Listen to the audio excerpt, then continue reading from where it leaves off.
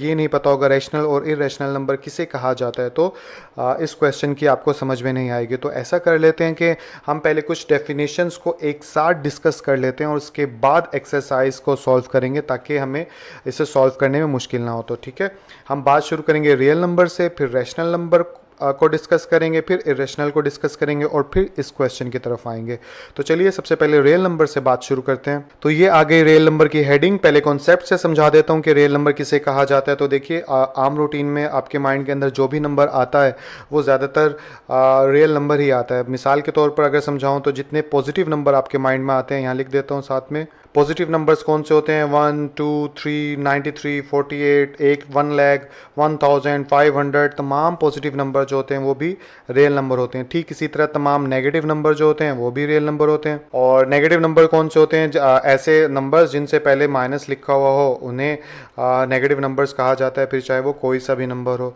तो इसके अलावा जो ज़ीरो होता है वो भी क्या होता है? वो भी रियल नंबर होता है। तो 3 पॉइंट्स आपको पता चले कि तमाम पॉजिटिव नंबर रियल नंबर्स होते हैं, तमाम नेगेटिव नंबर भी रियल नंबर्स होते हैं, और ज़ीरो क्योंकि ना पॉजिटिव होता है और ज़ीरो ना नेगेटिव होता है। ठीक है, आगे जाके आप नंबर लाइन को सीखेंगे तो उस पर आपको एक कहानी समझ में आएगी। ठीक है, तो ज़ीरो भी क्या होता है? रियल नंबर होता है।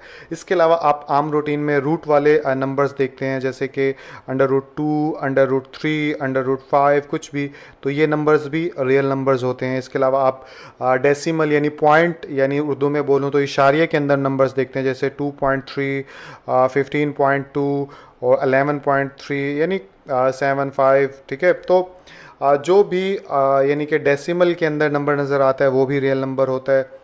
इसके अलावा आप कौन सा देखते हैं? आप फ्रैक्शनल फॉर्म में नंबर देखते हैं। फ्रैक्शनल फॉर्म कौन सी होती है? जैसे 5/2 या फिर 4/8, कुछ भी बटा की फॉर्म में होता है उसे फ्रैक्शनल फॉर्म कहा जाता है। तो ये सारे नंबर भी जो हैं वो रियल नंबर्स कहलाते हैं। तो इससे वही बात साबित हुई कि जो भी नंबर आपको ज़्यादातर देखने को मिलता है या ज़्यादातर आप इस्तेमाल करते हो वो रियल नंबर्स ही होते हैं। ठीक है, तो ये रियल नंबर्स हो गए। अब रियल नंबर्स जैसे कि इधर पॉजिटिव नंबर नेगेटिव नंबर का बात की गई है, तो आपकी एक्सरसाइज में पिछले पेजेस पर कुछ सेट्स का भी जिक्र किया गया है। तो इस सेट्स को अभी सीख लीजिए ताकि अगली क्लासेस में आपको आसानी हो, और आते भी होंगे आप लोगों को, बस सरसरी तौर पे एक बार कॉन्सेप्ट देख लेते हैं उन सब के।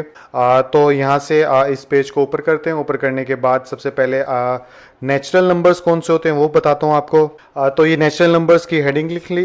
तो ऐसे तमाम नंबर्स जो कि 1 से शुरू होते हैं उन्हें नेचुरल नंबर्स कहा जाता है, और ये सेट जो होता है उसको n से जाहिर करते हैं। और लिख के दिखाऊं तो 1, 2, 3, 4, 5, 6 एंड सो ऑन। ठीक है, सो ऑन का मतलब क्या होता है?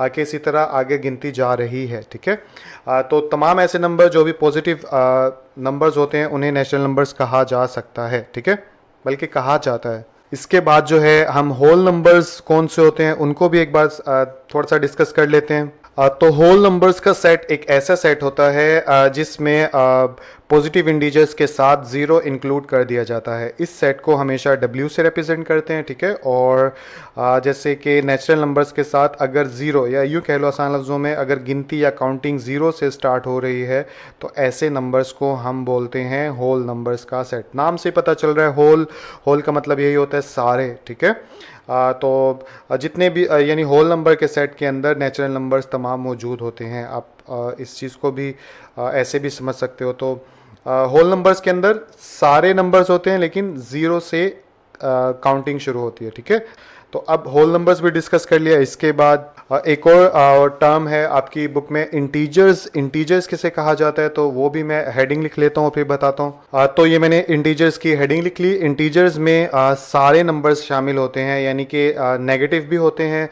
ज़ीरो भी इंक्लूड होता है, और उसके अंदर पॉजिटिव नंबर्स भी होते हैं। इस सेट को जो है Z से डिनोट किया जाता है। ठीक है, डिनोट का मतलब जाहिर करना होता है। Z से जाहिर करते हैं सेट को, और इसके अंदर जैसे कि मैंने बताया ज़ीरो भी होता है, और क्योंकि ज़ीरो प्लस और माइनस दोनों में से कोई भी नहीं होता, न्यूट्रल होता है। और इसके अंदर पॉजिटिव नंबर्स भी होते हैं। ठीक है, तो सो ऑन कर देते हैं, और इसके अंदर नेगेटिव नंबर्स भी होते हैं, तो इधर भी सो ऑन कर देते हैं। ठीक है, और यहाँ से ब्रैकेट क्लोज। तो इस तरह से ये हमारा इंटीजर्स का सेट हो गया।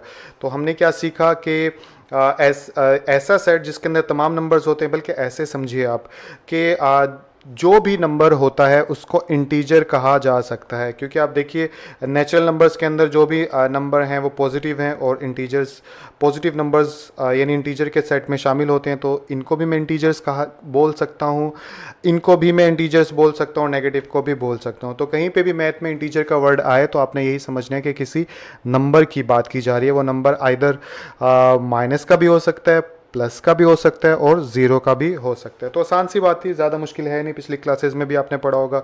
तो चलिए अब आगे चलकर हम रैशनल नंबर्स पर बात करते हैं कि वो किसे कहा जाता है। तो ये मैंने रैशनल नंबर्स की हेडिंग लिख ली, और रैशनल नंबर्स के बारे में बताऊं तो ऐसे नंबर्स होते हैं रैशनल नंबर्स जिनको हम पी डिवाइड बाय क्यू की फॉर्म के अंदर या क्यू की शक्ल के अंदर लिख सकते हैं, ठीक है। जैसे अगर मिसाल दें तो 25 डिवाइड बाय 5 ये एक रैशनल नंबर है, क्योंकि देखिए पी डिवाइड बाय क्यू यानी ऊपर भी एक नंबर ऊपर भी एक इंटीजर होना चाहिए और नीचे भी एक इंटीजर होना चाहिए, ठीक है। ये बात भी ध्यान में रखिएगा कि पी की जगह कोई भी आप इंटीजर लिख सकते हैं, ठीक है। और इंटीजर के बारे में अभी बता कर गया हूँ, यानी कि प्लस का भी कोई नंबर लिख सकते हैं ऊपर और माइनस का भी लिख सकते हैं, और क्यू की जगह भी आप कोई इंटीजर लिख सकते हैं, ठीक है। इसके अलावा पी की जगह या क्यू की जगह आप कोई और यानी कि इंक्लूड नहीं कर सकते, सिर्फ इंटीजर, ठीक है। याद रखिएगा इंटीजर किसे कहते हैं। तो इंटीजर में सारे पॉजिटिव, नेगेटिव और ज़ीरो सब आ जाते हैं। तो अब देखिए ये नंबर जो है रैशनल नंबर है, क्योंकि ये पी डिवाइड बाय क्यू की फॉर्म में है, ठीक। इसी तरह अगर मैं यहाँ पे लिखूँ 2, तो ये भी रैशनल नंबर है, क्योंकि जिसके नीचे कुछ नहीं होता वहाँ 1 होता है। तो देखिए ये पी डिवाइड बाय क्यू की फॉर्म में बन गया, क्योंकि ये भी इंटीजर है और ये भी इंटीजर है। तो ठीक इसमें और कुछ बताने वाली बात है नहीं, कि जितनी भी पी डिवाइड बाय क्यू की फॉर्म में नंबर्स होते हैं वो सब के सब जो हैं वो रैशनल नंबर कहलाते हैं। एक बात, और दूसरी बात ये जो सबसे इम्पोर्टेंट है, जो मुझे बतानी चाहिए थी पहले, वो ये कि q is not equal to zero. इसका मतलब क्या हुआ कि q की जगह कोई भी इंटीजर तो हो सकता है, लेकिन इंटीजर में तो अगर ऊपर आपको दिखाऊं तो इंटीजर में आपको नज़र भी आ रहा होगा, इंटीजर में ज़ीरो भी होता है। तो इसलिए क्योंकि इंटीजर का वर्ड इस्तेमाल किया गया है, तो इसलिए स्पेशली साथ में बताना पड़ेगा समझाने के लिए कि आप कभी भी q की जगह ज़ीरो नहीं लिख सकते, बाकी कोई भी नंबर आप इस्तेमाल कर सकते हैं, ठीक है। तो आई होप ये चीज़ भी समझ में आ गई होगी। दोबारा से बता देता हूँ कि रैशनल नंबर एक ऐसा नंबर होता है जिनको हम p डिवाइड बाय q की शक्ल में लिख सकते हैं, यानी फ्रैक्शन की फॉर्म में, बटा की शक्ल में लिख सकते हैं, और q कभी भी ज़ीरो के इक्वल नहीं होना चाहिए, यानी कि q की जगह कभी भी ज़ीरो नहीं होना चाहिए, और p और q की जगह हमेशा इंटीजर लिख सकते हो आप, ठीक है। तो ये रैशनल नंबर हो गया। अब इर्रेशनल की तरफ चलते हैं, ठीक है। तो इसको थोड़ा सा ऊपर कर लेते हैं। ऊपर करने के बाद इधर मैं लिख लेता हूँ इर्रेशनल नंबर। तो ये मैंने इर्रेशनल लिख लिया, और इर्रेशनल जो है रैशनल का यानी ऑपोजिट होता है, उलट होता है। जैसे रैशनल नंबर को p डिवाइड बाई क्यू की फॉर्म में लिख सकते हैं, तो इस नंबर को आप p डिवाइड बाई क्यू की फॉर्म में नहीं लिख सकते, ठीक है। ये नंबर्स कौन से होते हैं? ये नंबर्स मिसाल के तौर पे अगर एक मिसाल दूं तो ये रूट वाले नंबर्स जो होते हैं इनको आप यानी कि फ्रैक्शनल फॉर्म में नहीं लिख सकते। तो ये इस तरह के रूट वाले नंबर्स जैसे अंडर रूट 2 हो गया, इसी तरह अंडर रूट 3 हो गया, अंडर रूट 5 हो गया, तो ये सारे जो हैं वो इर्रेशनल नंबर कहलाएंगे, क्योंकि हम देखो p डिवाइड बाई क्यू की फॉर्म में तो नहीं लिख पा रहे। और इसके अलावा और क्या पॉइंट इसके अंदर होता है कि जैसे एक और नंबर भी होता है, अब मुख्तसर तौर पे आपको बताऊं तो जैसे पाए जो है ये काफ़ी फेमस है और ये इर्रेशनल नंबर है। ये इर्रेशनल क्यों है? क्योंकि पाए जो होता है वो 3.14 ऐसे समथिंग कोई नंबर्स होते हैं, यानी कि पाए को भी हम फ्रैक्शनल फॉर्म में नहीं लिख सकते, इसलिए ये इरेशनल नंबर कहलाता है। अब काफ़ी स्टूडेंट्स कहते होंगे कि सर हमने तो पढ़ा है कि पाए जो होता है वो बराबर होता है 22 डिवाइड बाय 7। तो एक्चुअली 22 डिवाइड बाय 7 जो है पाए की एग्जैक्ट वैल्यू नहीं होती, ये अप्रॉक्सीमेटली यानी कि तकरीबन नियरली करेक्ट यानी कि कंसीडर की जाती है, एग्जैक्ट करेक्ट नहीं होती। इसलिए पाए जो है वो क्या होता है वो इरेशनल नंबर होता है। तो आई होप समझ में आ गया होगा कि इरेशनल नंबर कौन से होते हैं जिनको p की डिवाइड बाय q की शक्ल में ना लिखा जा सके, और रैशनल नंबर्स के कौन से होते हैं जिनको p डिवाइड बाय q की शक्ल में लिखा जा सके। एक चीज़ और जो इस एक्सरसाइज के अकॉर्डिंग आपको पता होना चाहिए कि रैशनल नंबर्स को जो है वो हम रिप्रेजेंट करते हैं q से, ठीक है, और इरेशनल नंबर को हम रिप्रेजेंट करते हैं q डैश से, ठीक है। तो आई होप ये चीज़ भी समझ में आ गई होगी। आगे चलते हैं। तो अगर आगे चलूँ तो अब हम क्या करेंगे, अब हम रैशनल नंबर को हम डिस्कस करेंगे डेसिमल के लिहाज से, ठीक है। ये आ गए रैशनल नंबर्स, ठीक है। एक बार लिख लेता हूँ, और इनको यानी कि डेसिमल के लिहाज से डिस्कस करेंगे। अब सवाल पैदा होता है कि सर डेसिमल के लिहाज से क्यों डिस्कस करेंगे, क्योंकि देखिए मिसाल के तौर पर अगर कहीं पे लिखता हूँ मैं 25 डिवाइड बाय 5, ठीक है, तो इसका आंसर क्या हो जाएगा, 5 1 5 5 5 25, तो आंसर हमारे पास क्या आ गया, 5 आ गया। तो 5 एक रैशनल नंबर है, क्योंकि अभी मैंने जैसे कि आपको बताया था जिसके नीचे कुछ नहीं होता 1 होता है। लेकिन होता ये है कि कुछ ऐसे नंबर्स होते हैं जिनको अगर हम डिवाइड करें तो पॉइंट के अंदर आंसर आता है। तो इसलिए पॉइंट यानी पॉइंट को डेसिमल कहा जाता है। तो पॉइंट्स के हिसाब से भी हमें समझना होगा कि कौन से ऐसे डेसिमल या पॉइंट वाले नंबर हैं या इशारे वाले नंबर हैं जिनको रैशनल नंबर कहा जाता है। मिसाल के तौर पर एक मिसाल देकर आपको समझा भी देता हूँ। यहाँ पर अगर कहीं पर लिखा हो 2 डिवाइड बाय 5, ठीक है, तो आप इसको यानी ज़ुबानी टेबल से तो नहीं कट कर सकते, आप इसे कैलकुलेटर से कट करेंगे, और जब कैलकुलेटर पे डिवाइड करेंगे तो फिर 0.4 आंसर आ जाएगा। तो यही बात मैं आपको बता रहा था, ये है तो रैशनल नंबर क्योंकि p डिवाइड बाय q की फॉर्म में, लेकिन इसका जो आंसर है वो इशारिया यानी डेसिमल की सूरत में है। और डेसिमल के अंदर आंसर आपने देखा होगा अभी तक कि मैथमेटिकल लाइफ के अंदर के ऐसे भी होते हैं 0.444444, और ऐसे भी होते हैं 0.235961, ठीक है। तो इसमें भी कुछ अलग अलग तरह के नंबर होते हैं। इसलिए यानी कि अब हम जो टॉपिक डिस्कस करने जा रहे हैं वो ये डिस्कस करने जा रहे हैं कि रैशनल नंबर्स को डेसिमल के लिहाज से कितने हिस्सों में तकसीम किया गया है, ठीक है। तो 2 हिस्सों में तकसीम किया गया है। इसको मिटा देता हूँ मैं यहाँ से, ताकि क्योंकि इसको तो अब समझने की ज़रूरत नहीं है। वो दो हिस्से कौन से हैं, एक तो टर्मिनेटिंग और second non terminating. Non terminating को आपकी बुक में जो है रेकरिंग के नाम से भी कहा गया है। तो जब भी रेकरिंग आए तो आपने समझना है कि नॉन टर्मिनेटिंग नंबर्स की ही बात की जा रही है। तो डेसिमल के लिहाज से रैशनल नंबर्स को टर्मिनेटिंग और नॉन टर्मिनेटिंग में तकसीम किया गया है। 2 टाइप्स इसकी बनाई गई हैं। तो 1 बाय 1 इन टाइप्स को अब हम डिस्कस कर लेते हैं। लेकिन उससे भी पहले एक और चीज़ आपको समझनी है। वो क्या समझनी है, जैसे अगर कहीं पे कोई भी नंबर होता है, जैसे मैं अगर लिखूँ यहाँ पर 5.235, ठीक है, तो आपने इसमें जो समझने वाली बात है वो ये है कि इशारिया यानी डेसिमल के इस साइड वाले हिस्से को एक ख़ास नाम दिया गया है और इस साइड वाले हिस्से को एक ख़ास नाम दिया गया है। क्या नाम दिया गया है, इस वाले हिस्से को बोला जाता है डेसिमल पार्ट। मैं यहाँ पे लिख देता हूँ ताकि आप लोग भी अपनी बुक पे लिख लीजिएगा। Sorry, decimal DECIMAL decimal part, ठीक है। तो ये हमारे 235 वाला डेसिमल पार्ट होता है, ठीक है। और ये वाला हिस्सा जो होता है वो कौन सा होता है, होल नंबर पार्ट, ठीक है, लिख देता हूँ।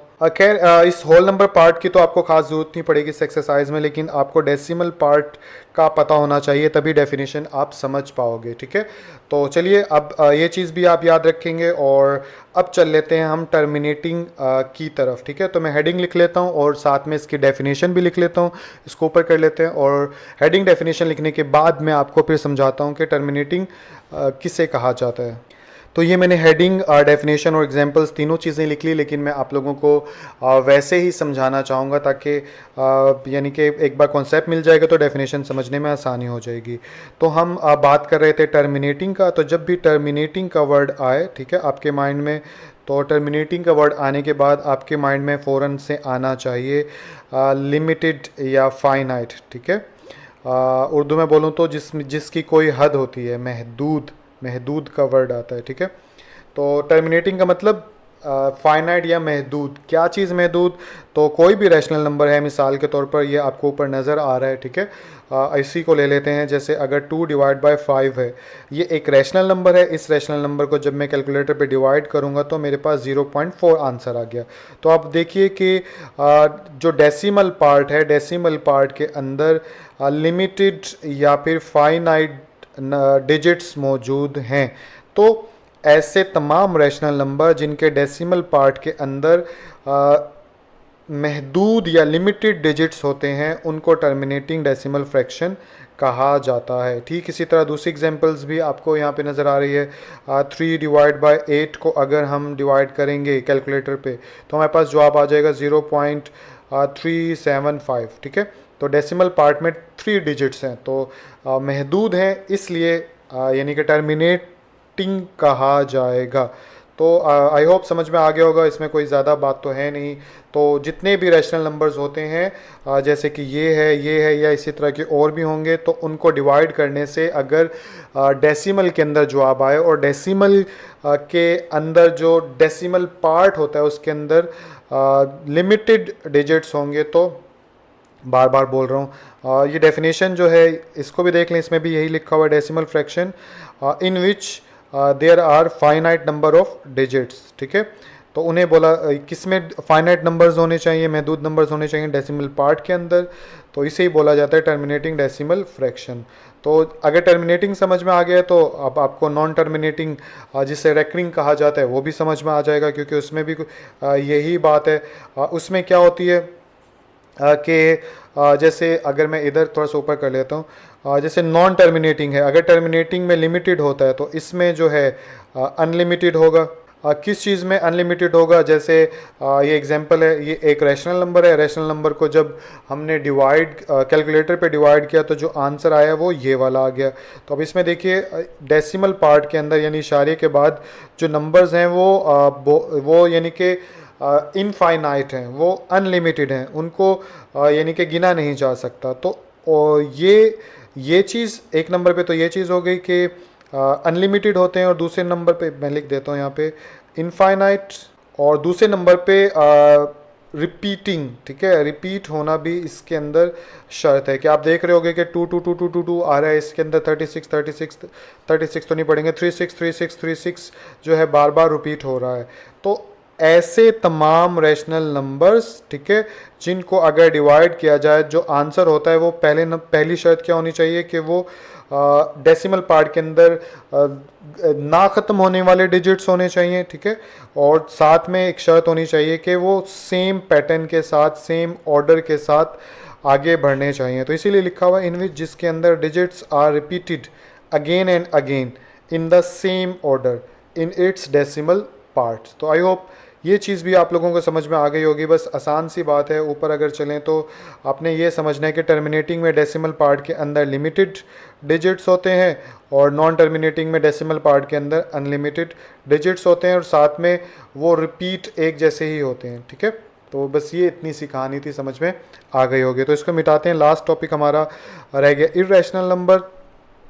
तो इरेशनल नंबर का क्यों रह गया? क्योंकि इरेशनल नंबर के अंदर भी जब हम डिवाइड करते हैं तो पॉइंट के बाद जो है वो काफ़ी सारे डिजिट्स आ जाते हैं, लेकिन उसमें फ़र्क होता है। पहले एक बार हेडिंग लिख लेता हूँ, फिर बताता हूँ क्या फ़र्क है, आसानी से समझ में आ जाएगा। तो ये मैंने इरेशनल नंबर्स की हेडिंग लिख ली। तो कुछ ऐसे इरेशनल नंबर्स, जैसे इरेशनल नंबर्स कौन से होते हैं, एग्जाम्पल से हम समझते हैं। ये एक इरेशनल नंबर है, ठीक है। जब इसको आप कैलकुलेटर पे सॉल्व करोगे, सॉल्व करने के बाद आपका जो आंसर आएगा वो ये आएगा। तो इसके अंदर आप देख सकते हो कि डेसिमल के बाद जो है वो नंबर्स तो हैं लेकिन इसमें रिपीट नहीं हो रहे। तो इरेशनल को समझने के लिए बस आपको ये समझना होगा कि ऐसे इरेशनल नंबर जिनको जब अब हम सॉल्व करें और जवाब डेसिमल में आए तो दो शर्त होनी चाहिए, तब वो इरेशनल होगा। पहली शर्त क्या होनी चाहिए, पहली कंडीशन क्या होनी चाहिए कि नीदर टर्मिनेटिंग, कि एक तो डेसिमल पार्ट के अंदर हद नहीं होनी चाहिए, यानी कि काफ़ी सारे नंबर्स होने चाहिए उससे, यानी कि एक शर्त तो ये होनी चाहिए। दूसरी शर्त क्या होनी चाहिए, नॉट रिपीटिंग, और ना ही बार बार रिपीट कर रहा हो कोई भी डिजिट, ठीक है।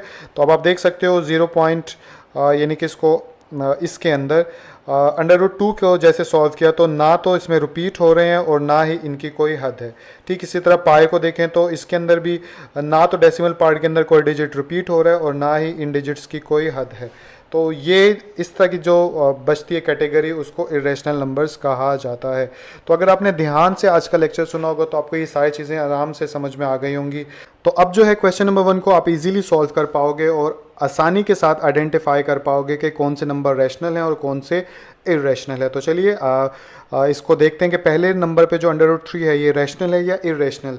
तो ये इरेशनल नंबर है। पहले मैं लिख लेता हूँ फिर बात करते हैं क्यों। तो क्यों ये इरेशनल है, और ये इसलिए इरेशनल है क्योंकि रैशनल नंबर जो होता है हमेशा p/q की फॉर्म में लिखा हुआ होता है। और एक चीज़ तो ये है, और दूसरा कैलकुलेटर पे जब इसका यानी कि आंसर लेकर आएंगे तो वो यानी कि इशारिया में या डेसिमल में जवाब आएगा, और डेसिमल में ना वो टर्मिनेटिंग होंगे और ना वो नॉन टर्मिनेटिंग होंगे। तो इसलिए यानी कि ये इरेशनल नंबर है। बाकी पीछे से वीडियो देखेंगे तो आपको सही से समझ में आएगी। लेकिन तो ये 1/6 जो है रैशनल है या इरेशनल है। तो ये रैशनल नंबर है, एक बार लिख लेता हूँ और फिर बताता हूँ क्यों। तो ये मैंने लिख लिया रैशनल नंबर। और ये क्यों रैशनल नंबर है क्योंकि आप देख सकते हो कि p/q की फॉर्म में या फ्रैक्शनल फॉर्म में ये लिखा हुआ है। और एक और शर्त होती है रैशनल नंबर की कि q जो है वो 0 के बराबर नहीं होना चाहिए। तो आप देख सकते हो कि नीचे 0 नहीं है बल्कि 6 लिखा हुआ है। तो क्योंकि ये p/q की फॉर्म में लिखा हुआ है इसलिए रैशनल नंबर कहलाएगा। ठीक है,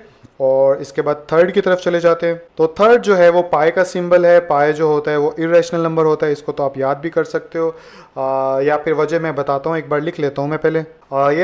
मैंने लिख लिया इरेशनल नंबर। क्यों इरेशनल नंबर होता है क्योंकि इसको भी जब आप डिवाइड करोगे तो जो पॉइंट में जवाब आएगा वो ना टर्मिनेटिंग होगा और ना वो नॉन टर्मिनेटिंग होगा। और टर्मिनेटिंग और नॉन टर्मिनेटिंग ही रैशनल नंबर से ताल्लुक़ रखते हैं। ठीक है, और देखने में फ्रैक्शनल फॉर्म के अंदर भी मौजूद नहीं है ये, तो इसलिए ये इरेशनल कहलाएगा। अच्छा, बात स्टूडेंट्स यहाँ पे ये बोलते हैं कि सर जैसे कि ये तो पाई तो बराबर होता है 22/7 के, तो इस हिसाब से तो ये रैशनल नंबर है।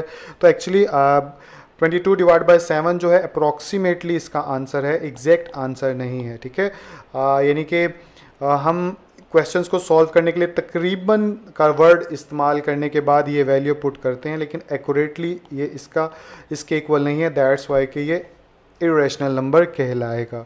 अगले नंबर की तरफ चलें, 15/2 ये रैशनल है या इरेशनल। तो ये बिल्कुल रैशनल नंबर है, एक बार लिख देता हूँ फिर बताता हूँ क्यों। तो ये लिख दिया रैशनल नंबर। क्यों रैशनल नंबर है क्योंकि p/q की फॉर्म में ये लिखा हुआ है और q जो है वो 0 के इक्वल भी नहीं है, और दैट्स वाई की रैशनल नंबर है, इसलिए इसको तो ज़्यादा डिस्कस करने की ज़रूरत नहीं है। अगले की तरफ चलते हैं। अब 7.25 जो है ये हमारे पास रैशनल नंबर है। कैसे वो मैं बताता हूँ, पहले लिख लेता हूँ। यस, तो मैंने ये लिख लिया। अब ये क्यों बराबर है क्योंकि देखिए 7.25 तो रैशनल नंबर में टर्मिनेटिंग भी होते हैं और नॉन टर्मिनेटिंग भी होते हैं। टर्मिनेटिंग नंबर्स या टर्मिनेटिंग डेसिमल फ्रैक्शंस कौन सी होती हैं, वो होती हैं जिसमें डेसिमल पार्ट के अंदर यानी इशारिया के बाद अगर लिमिटेड नंबर होंगे, महदूद नंबर होंगे या इतने नंबर होंगे जिन्हें आप गिन सकते हो, तो वो कहलाता है टर्मिनेटिंग। और टर्मिनेटिंग जो है वो रैशनल नंबर को ही कहते हैं। तो ये इसकी वजह है। तो ये भी हो गया। अब लास्ट में हमारे पास ये है, ये हमारे पास इरेशनल नंबर है। मैं लिख देता हूँ एक बार। तो ये मैंने लिख दिया। अब ये क्यों इरेशनल नंबर है क्योंकि जब इसको आप डिवाइड करोगे ठीक सबसे पहले वाले क्वेश्चन की तरह, तो जो आंसर आएगा वो पॉइंट के बाद काफ़ी सारे डिजिट्स होंगे और ना वो रिपीट हो रहे होंगे बार बार और ना वो महदूद होंगे, यानी फॉर एवर डिजिट होंगे, अनलिमिटेड डिजिट होंगे, इनफाइनाइट डिजिट होंगे। ये तीनों का एक ही मतलब होता है। तो क्योंकि यानी इसके आंसर के अंदर जो जवाब आएगा, ठीक है, उसमें ना ख़त्म होने वाले हिस्से होंगे और उनमें कोई तरतीब भी नहीं होगी। तो दैट्स वाई कि ये इरेशनल नंबर कहलाएंगे। तो आपको अभी भी समझ में नहीं आए तो ये चीज़ जब तक समझ में नहीं आएगी जब तक आप पीछे से नहीं देखेंगे। तो पीछे से वीडियो को देखिए, डिस्क्रिप्शन में जाइए और वहाँ पे डायरेक्ट ये वाला टॉपिक उठा के देख लीजिए, तो आपको समझ में आ जाएगा। ठीक है, तो क्वेश्चन नंबर 2 की तरफ चलते हैं। तो क्वेश्चन नंबर 2 आप लोगों को स्क्रीन के ऊपर नजर आ रहा है, इसको भी पहले एक बार पढ़ लेते हैं। इसमें क्या बोला जा रहा है? इसमें बोला जा रहा है कन्वर्ट द फॉलोइंग फ्रैक्शंस, कि ये जो दी गई फ्रैक्शंस हैं इसको आपने कन्वर्ट करना है। किस में कन्वर्ट करना है? Into decimal fractions. Decimal fractions के अंदर सवाल ये पैदा होगा कि डेसिमल फ्रैक्शंस किसे कहा जाता है। तो देखिए जो डेसिमल के अंदर ऐसे करके डिजिट्स लिखे होते हैं, इसे डेसिमल फ्रैक्शन कहा जाता है। यानी कि इस फ्रैक्शन को यानी कि फ्रैक्शन कहा जाता है, और इससे यानी पॉइंट की सूरत में जो लिखा होता है, डेसिमल की सूरत में जो लिखा होता है, तो उसे डेसिमल फ्रैक्शन कहा जाता है। तो क्वेश्चन में ये बोला जा रहा है कि इस फ्रैक्शन को डेसिमल फ्रैक्शन में आप बदल दो। ठीक है, तो कॉन्सेप्ट आप लोगों को यानी कि क्वेश्चन में क्या बोला जा रहा है ये आप लोगों को पता चल गया होगा। अब बदलते कैसे हैं उसको देख लेते हैं।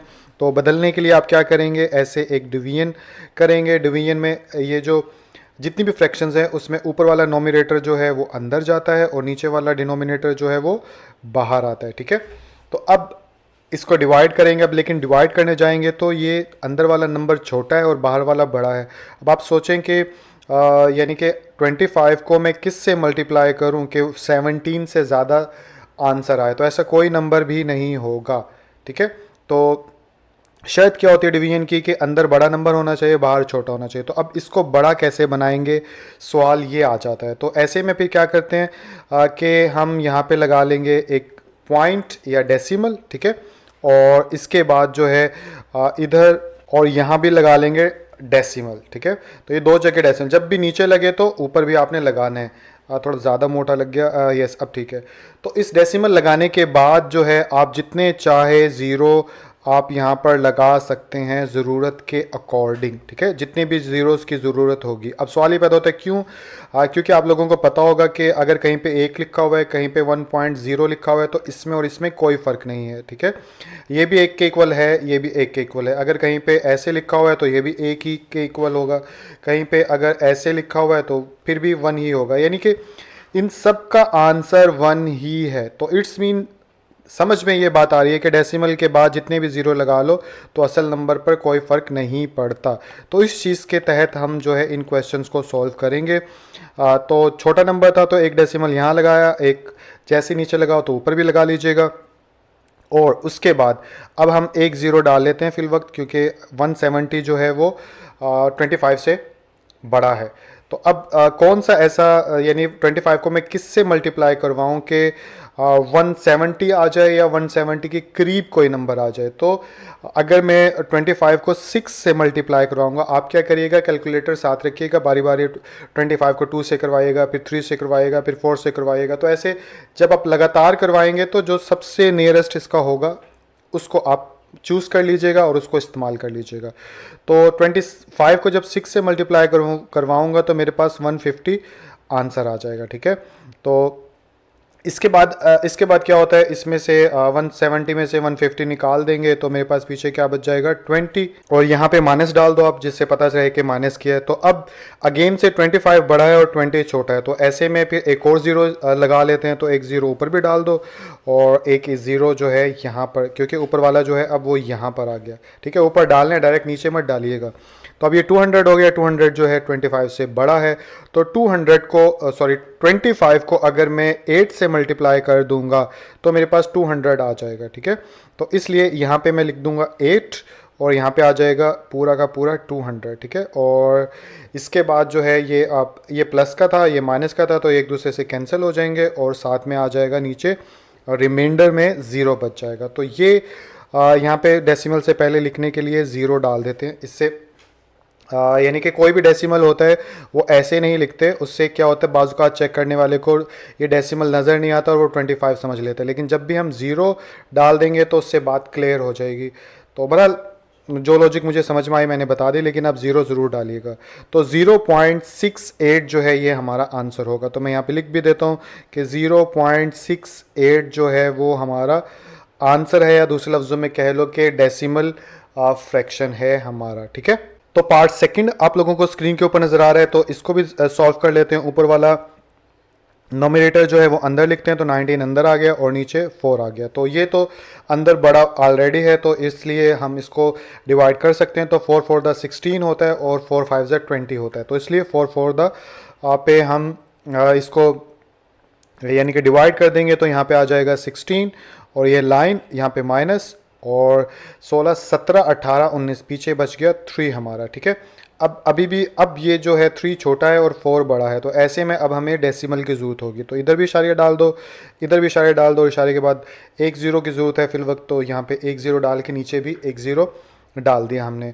अब जो है अब 4 को किस पे डिवाइड करेंगे 30 आ जाए, तो 4 को अगर 7 के साथ मल्टीप्लाई करेंगे तो 28 आ जाएगा, क्योंकि 30 तो 4 के टेबल पे आता नहीं है, तो इसलिए यहाँ पे 28 लिख दिया, अगेन से माइनस डाला और नीचे जो है अब क्या बच जाएगा 2। अब ये अगेन से छोटा है 4 के साथ अगर कंपैरिजन करें, तो इसलिए ऊपर भी एक ज़ीरो डाल दो और नीचे भी एक ज़ीरो लगा दोगे आप, ठीक है। अब ये 20 बन गया। अब ये 5 पे जा सकता है, 4 5 का कितना होता है 20, तो यहाँ पे आ गया 20 और ये नीचे रिमाइंडर जो है वो ज़ीरो बच गया। तो 4.75 जो है इसका डेसिमल फ्रैक्शन होगा, यहाँ पे लिख देता हूँ 4.75 ये डेसिमल फ्रैक्शन है और यही इसका आंसर है।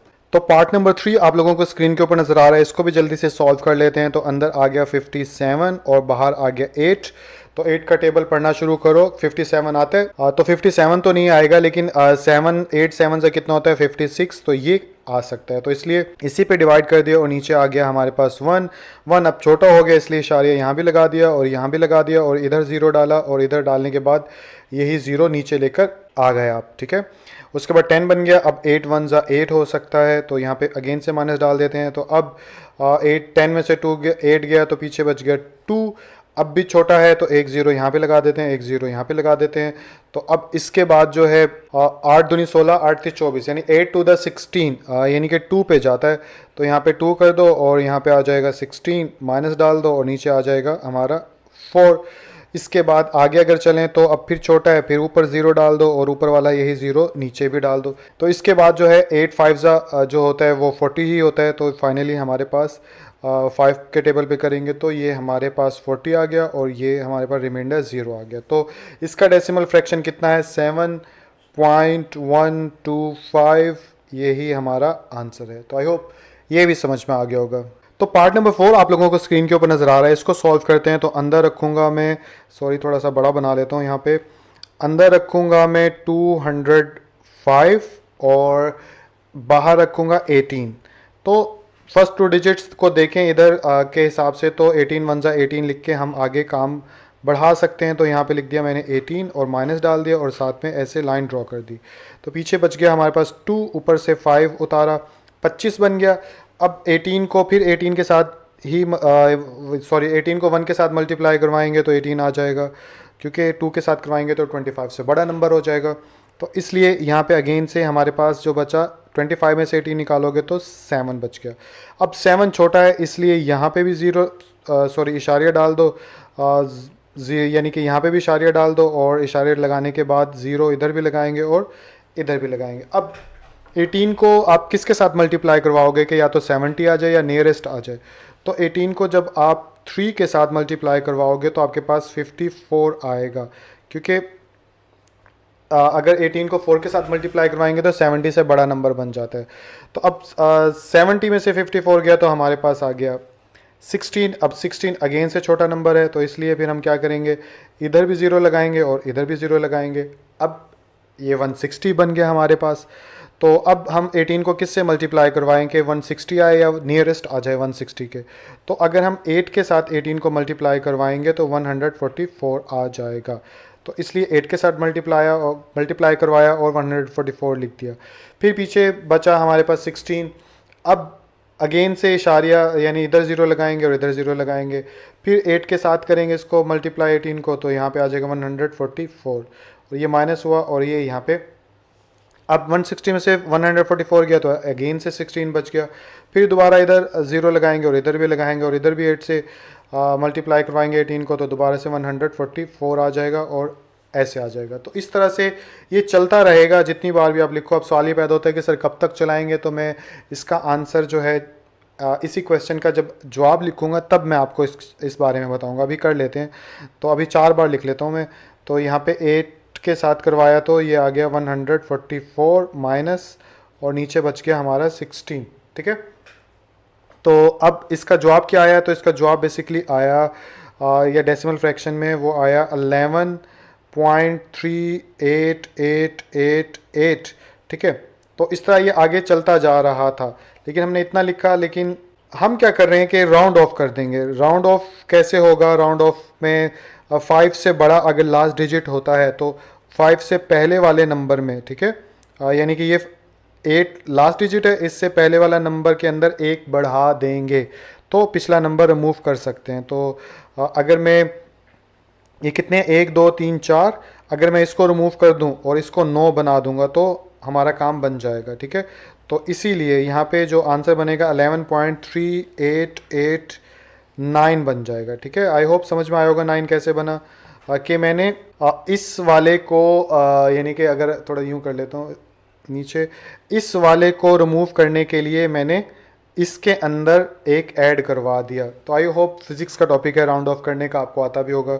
तो ये हमारा फाइनली आंसर हो जाएगा। अब उस सवाल पर बात करते हैं कि सर इस तरह ये कितने डिजिट्स का आंसर लाना है। तो इस बारे में हतमी तौर पे तो मैं कुछ नहीं कह सकता, लेकिन क्योंकि बुक का, अगर मैं लेट्स सपोज मेरे मुताबिक हम 2 डिजिट भी रख सकते हैं, हम 3 भी रख सकते हैं, लेकिन मैंने 1 2 3 4 डिजिट इसलिए रखा है क्योंकि बुक में आंसर है। अगर मैं कम रखता तो स्टूडेंट्स बोलते कि ये सर का जवाब जो है शायद सही नहीं है वगैरह वगैरह, ठीक है। तो पार्ट नंबर 5 आप लोगों को स्क्रीन के ऊपर नज़र आ रहा है, इसको भी सॉल्व करते हैं जल्दी सी। तो इधर आ गया 5 हमारा, थोड़ा करीब करके लिखते हैं ताकि इधर आ गया 5 और इधर आ गया 8, ठीक है। तो ये पहले ही पता चल गया छोटा है, तो इसलिए 1 0 यहाँ पे डाला और साथ में डेसिमल इधर भी लगा देते हैं साथ ही। तो अब कितना हो गया, 8 6 48 होता है, तो यहाँ पे आ गया 6 डाला और यहाँ पे आ गया 48 और नीचे बच गया हमारे पास 2, ठीक है।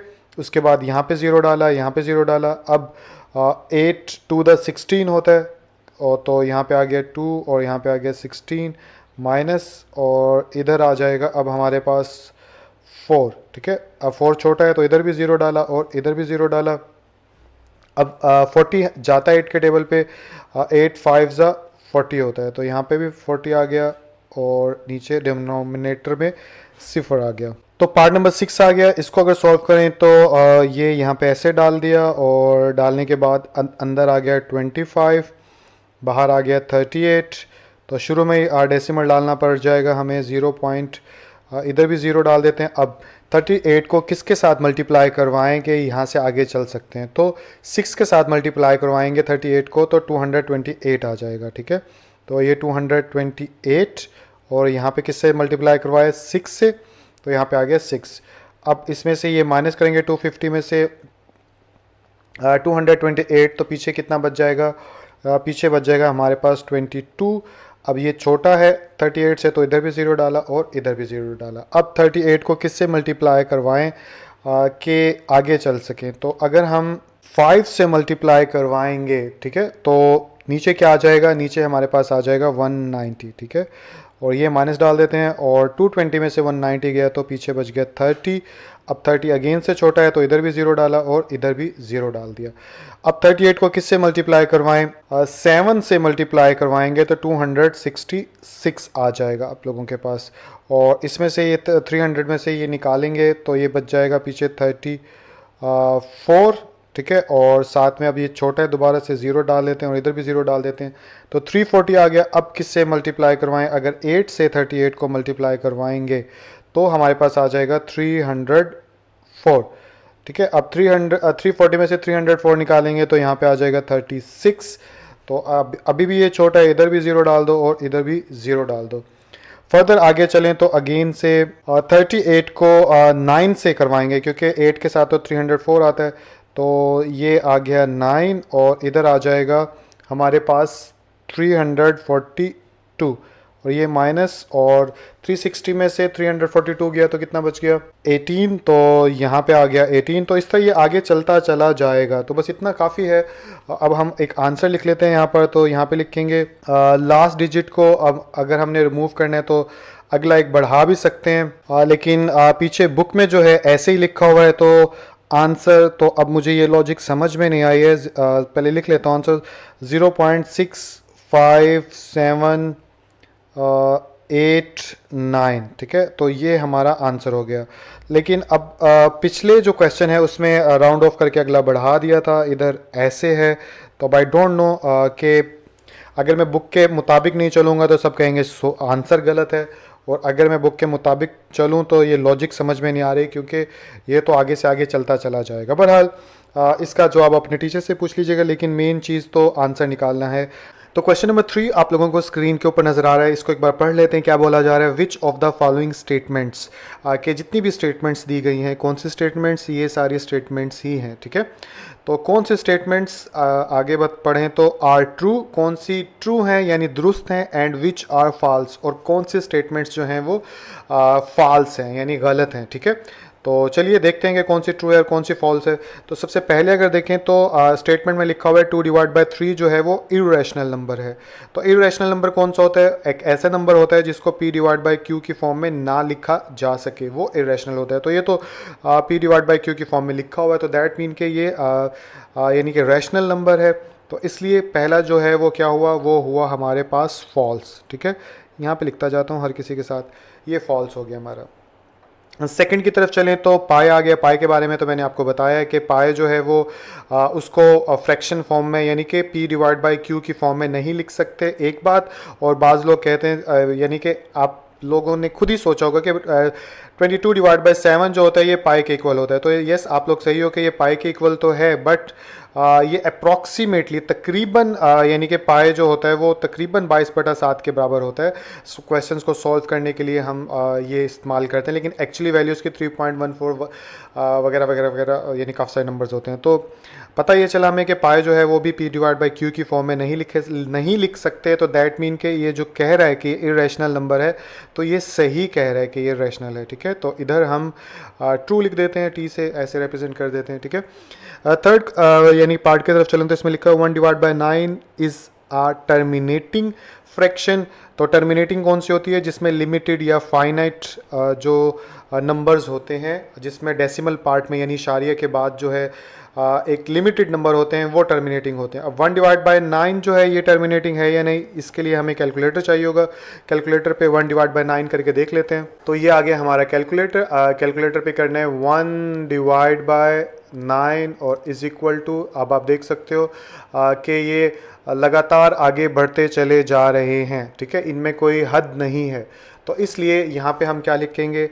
यहाँ पे लिखेंगे कि ये रॉन्ग है यानी कि फॉल्स है, यानी कि इसकी ये गलत कह रहे हैं। टर्मिनेटिंग में तो ख़त्म हो जाते हैं हिंद से इशारिया के बाद, लेकिन इसमें चले जा रहे हैं, तो इट्स मीन ये टर्मिनेटिंग नहीं है बल्कि नॉन टर्मिनेटिंग है, जिसमें क्योंकि अगर आपको दोबारा दिखाऊं तो एक ही नंबर बार बार रिपीट हुए जा रहा है। एक चीज़ और भी आप लोगों को बतानी थी कि कैलकुलेटर के अंदर पॉइंट के बाद एक ख़ास नंबर तक ही 111 आ रहा है। तो देखने में ऐसा लगता है कि इसके बाद तो 1 है नहीं, लेकिन ऐसी बात नहीं है। कैलकुलेटर पे एक वक्त में बस एक ख़ास नंबर ही नज़र आ सकते हैं, उसके बाद नज़र आना बंद हो जाते हैं, यानी इससे आगे तो कैलकुलेटर नहीं है। तो इसलिए लेकिन जब आप डिवाइड करेंगे, डिवाइड करने से आपको पता चलेगा, इसी नंबर को एक को अंदर रखेंगे, 9 को बाहर रखेंगे, तो पता चलेगा कि एक ही नंबर बार बार बार बार बार आता रहेगा। तो ये चीज़ भी बताना जरूरी थी। इसके आगे भी 111 है, लेकिन क्योंकि कैलकुलेटर शो नहीं कर सकता इसलिए ऐसा नज़र आ रहा है। तो बहरहाल काफ़ी अच्छे से बात कर ली इसके ऊपर।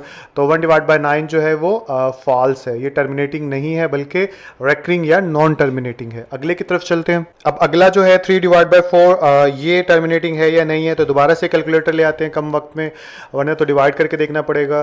तो 3/4 इज इक्वल टू 0.75। देखें इससे आगे ये नहीं नंबर है कोई भी, तो इट्स मीन के डेसिमल यानी इशारिया के बाद जो है लिमिटेड नंबर है, फाइनाइट नंबर है, दैट मीन के ये सही बात कर रहा है कि 3/4 जो है वो टर्मिनेटिंग फ्रैक्शन है, ठीक है। सॉरी, इसको फ्रैक्शन कहेंगे, नंबर नहीं कहेंगे। ऐसे बस कुछ चीज़ें गलती हो जाती है, उसको आप बस देख लीजिएगा कि मेरा मेन मकसद आपको काबिल बनाना है, ना कि इन क्वेश्चंस को सॉल्व करवाना। उसके बाद 4/5 इज़ रेकरिंग फ्रैक्शन। क्या ये रेकरिंग फ्रैक्शन है? अगर तो एक नंबर बार बार रिपीट होता जा रहा है तो ये रेकरिंग होगा, वरना नहीं होगा। तो चलिए इसको भी कैलकुलेटर से देखते हैं। तो ये आ गया हमारे कैलकुलेटर, और 4/5 इज इक्वल टू 0.8। तो यानी इट्स मीन के ये तो गलत बात कर रहा है, ये तो टर्मिनेटिंग है, यानी कि रेकरिंग नॉन टर्मिनेटिंग को बोलते हैं ना, तो इट्स मीन कि ये गलत बात कर रहा है। तो इधर फाल्स लिख लेंगे क्योंकि ये टर्मिनेटिंग फ्रैक्शन है, रेकरिंग नहीं है। तो आई होप ये क्वेश्चन समझ में आ गया होगा। अगले की तरफ चलते हैं। तो क्वेश्चन नंबर 4 आप लोगों को नजर आ रहा है, इसको भी एक बार पहले पढ़ लेते हैं कि इसमें क्या कहा जा रहा है। इसमें बोला जा रहा है रिप्रेजेंट द फॉलोइंग नंबर्स। कौन से नंबर? ये वाले सारे नंबर्स, ठीक है। इन सबको क्या करना है आपने? रिप्रेजेंट करना है, ठीक है, ऑन द नंबर लाइन के ऊपर। अब इस सवाल को सॉल्व करने से पहले आप लोगों को ये पता होना चाहिए कि नंबर लाइन कहते किसको है, उसके बाद फिर हम इसको रिप्रेजेंट करते हैं, ठीक है। तो चलिए नंबर लाइन किसे कहते हैं इसको समझते हैं। ये आ गई हमारी नंबर लाइन, ठीक है। तो पिक्चर में काफ़ी चीज़ें एक साथ लिखी हुई हैं, तो मैं इसको अलग अलग करके हर चीज़ स्टेप वाइज जो है वो समझाता हूँ कि अगर ऐसे एक स्ट्रेट लाइन डाल दो, ठीक है, और स्ट्रेट लाइन के आसपास ऐसे एरो डाल दो। एरो क्यों डाल दो, पहले इस पर थोड़ी सी बात कर लेते हैं। इस एरो का मतलब होता है फॉर एवर, ठीक है, यानी कि जो भी चीज़ हो रही है, यानी ये जो लाइन है, ये लाइन आगे भी जा रही है। जैसे ज्योमेट्री के अंदर आपने रे पढ़ा होगा। रे की डेफिनेशन क्या होती है कि एक एंड इसकी लिमिटेड होती है और दूसरी एंड जो होती है एरो डालने से शो कर देते हैं कि ये फॉरएवर आगे बढ़ती चली जा रही है। तो ठीक यही वाली बात इधर नंबर लाइन में भी है कि नंबर लाइन के एंड में 2 एरोस डाले जाते हैं ताकि ये शो किया जा सके कि यही चीज़ इसी तरह और आगे जाए जा रही है। जैसे इधर अगर देखें तो 10 है, 10 के बाद 11 भी होगा, 12 भी होगा, 13 भी होगा और इस तरह आगे तक काउंटिंग जारी है। ठीक इसी तरह इधर चलें तो इधर माइनस के नंबर्स हैं तो -11 होगा, -12 होगा, -13 होगा और इसी तरह आगे तक नंबर्स जा रहे हैं। तो ये एरोज़ वाली बात हो गई कि एरोज़ क्यों डाले गए हैं। अब एरोज़ डालने के बाद नंबर लाइन बनाने के लिए हम क्या करते हैं, सबसे पहले इसको मिडल से ऐसे कट कर देते हैं और कट करने के बाद इधर 0 नंबर डाल देते हैं, ठीक है, जैसे कि यहाँ पर भी आपको नज़र आ रहा है। उसके बाद हम क्या करते हैं, उसके बाद हम इक्वली यानी डिस्ट्रीब्यूट करते हैं, यानी इक्वली पार्ट्स में, यानी जितना फासला यहाँ पे होना चाहिए उतना ही यहाँ पे होना चाहिए, उतना ही यहाँ पे होना चाहिए, उतना ही यहाँ पे होना चाहिए। मैं सिर्फ समझा रहा हूँ इसलिए अंदाजे से लगा रहा हूँ, वरना आप पिक्चर में देख सकते हो तो जितना हिस्सा ये है उतना ही ये है, उतना ही ये है, यानी ये तमाम इक्वली पार्ट्स पर डिवाइड किया गया है इस नंबर लाइन को, ठीक है। तो जब भी आपने इस तरह के लाइन से कट करना है नंबर लाइन को तो स्केल की मदद से 2 सेंटीमीटर का, 1 सेंटीमीटर का, इस तरह इक्वली पार्ट्स डिस्ट्रीब्यूट करते जाने, ठीक है। ये चीज़ भी आप लोगों की क्लियर हो गई। अगली पॉइंट की तरफ चलें तो नंबर लाइन पर इधर सारे पॉजिटिव नंबर लिखे जाते हैं राइट साइड पे, जैसे कि यहाँ पर लिखा भी हुआ है कि राइट साइड पे तमाम पॉजिटिव नंबर लिखे जाते हैं और 0 के लेफ़्ट साइड पे तमाम नेगेटिव नंबर लिखे जाते हैं, जैसे कि इधर लिखा भी हुआ है तमाम नेगेटिव नंबर, ठीक है। और पिक्चर में आप लोग देख भी सकते हो, सॉरी ये सारी चीज़ें दोबारा आ गई, इसको मैं रिमूव करूँ तो इधर पॉजिटिव इधर नेगेटिव, जैसे ये 1 पॉजिटिव है, 2 पॉजिटिव है, 3 पॉजिटिव है, 4 पॉजिटिव है, तो आप देख सकते हो सारे पॉजिटिव हैं। 0 के लेफ़्ट साइड पे ये सारे जो हैं, आप कोई से भी नंबर देखो तो वो सारे नेगेटिव हैं। तो कंक्लूजन क्या निकला कि लेफ़्ट साइड पे हमेशा 0 के नेगेटिव नंबर्स होंगे और राइट साइड पे पॉजिटिव नंबर्स होंगे। यहाँ तक भी बात क्लियर हो गई। अब ये नंबर लाइन जो है वो क्यों होती है या इसका क्या फ़ायदा है, तो देखिए नंबर लाइन की वजह से हमें ये पता चलता है कि कौन के 2 नंबर की बात की जा रही हो तो उनमें से कौन सा बड़ा है और कौन सा छोटा है। जैसे कि पिक्चर में भी आपको दिखाया गया कि इधर वाले जितने भी नंबर्स हैं, यानी कि इधर वाले जितने भी नंबर्स होंगे, यानी ये वाले, ये तमाम ग्रेटर होंगे, ठीक है। किससे ग्रेटर होंगे? इस तरफ वाले सारे नंबर से। अगर आपको थोड़ा और समझाने की कोशिश करूं, जैसे 4 जो है यानी कि इधर वाले सारे नंबर से बड़ा है, यानी वो -1 से भी बड़ा है, -4 से भी बड़ा है, 2 से भी बड़ा है, 0 से भी तो बड़ा है, ठीक है। इसी तरह और आगे चलें तो जैसे 9 जो है इधर वाले सारे नंबर से बड़ा है। इधर आ जाएं तो 0 जो है वो तमाम माइनस वाले नंबर से बड़ा होता है, ठीक है, ग्रेटर होता है। ठीक इसी तरह -2 जो होता है वो -7 से बड़ा है। तो नंबर लाइन की वजह से ही हमें पता चलता है कि बड़े और छोटे नंबर का कौन सा बड़ा होगा और कौन सा छोटा होगा। तो जब भी कोई नंबर्स 2 लिखे हों, जैसे अगर मैं इधर लिखूं कि 6 में और 8 में कौन सा नंबर बड़ा है, तो आप देखिए 8 जो है वो इधर है और 6 इधर है, तो राइट साइड पे ज़्यादा 8 है, तो इसलिए 8 जो है वो 6 से बड़ा है। ठीक इसी तरह अगर मैं 2 और नंबर्स की बात करूं, इनको मिटाने के बाद अगर मैं कह दूं कि -6 और +6 में कौन सा बड़ा नंबर है, तो आप देखिए इसको मैं रिमूव कर देता हूँ यहाँ से।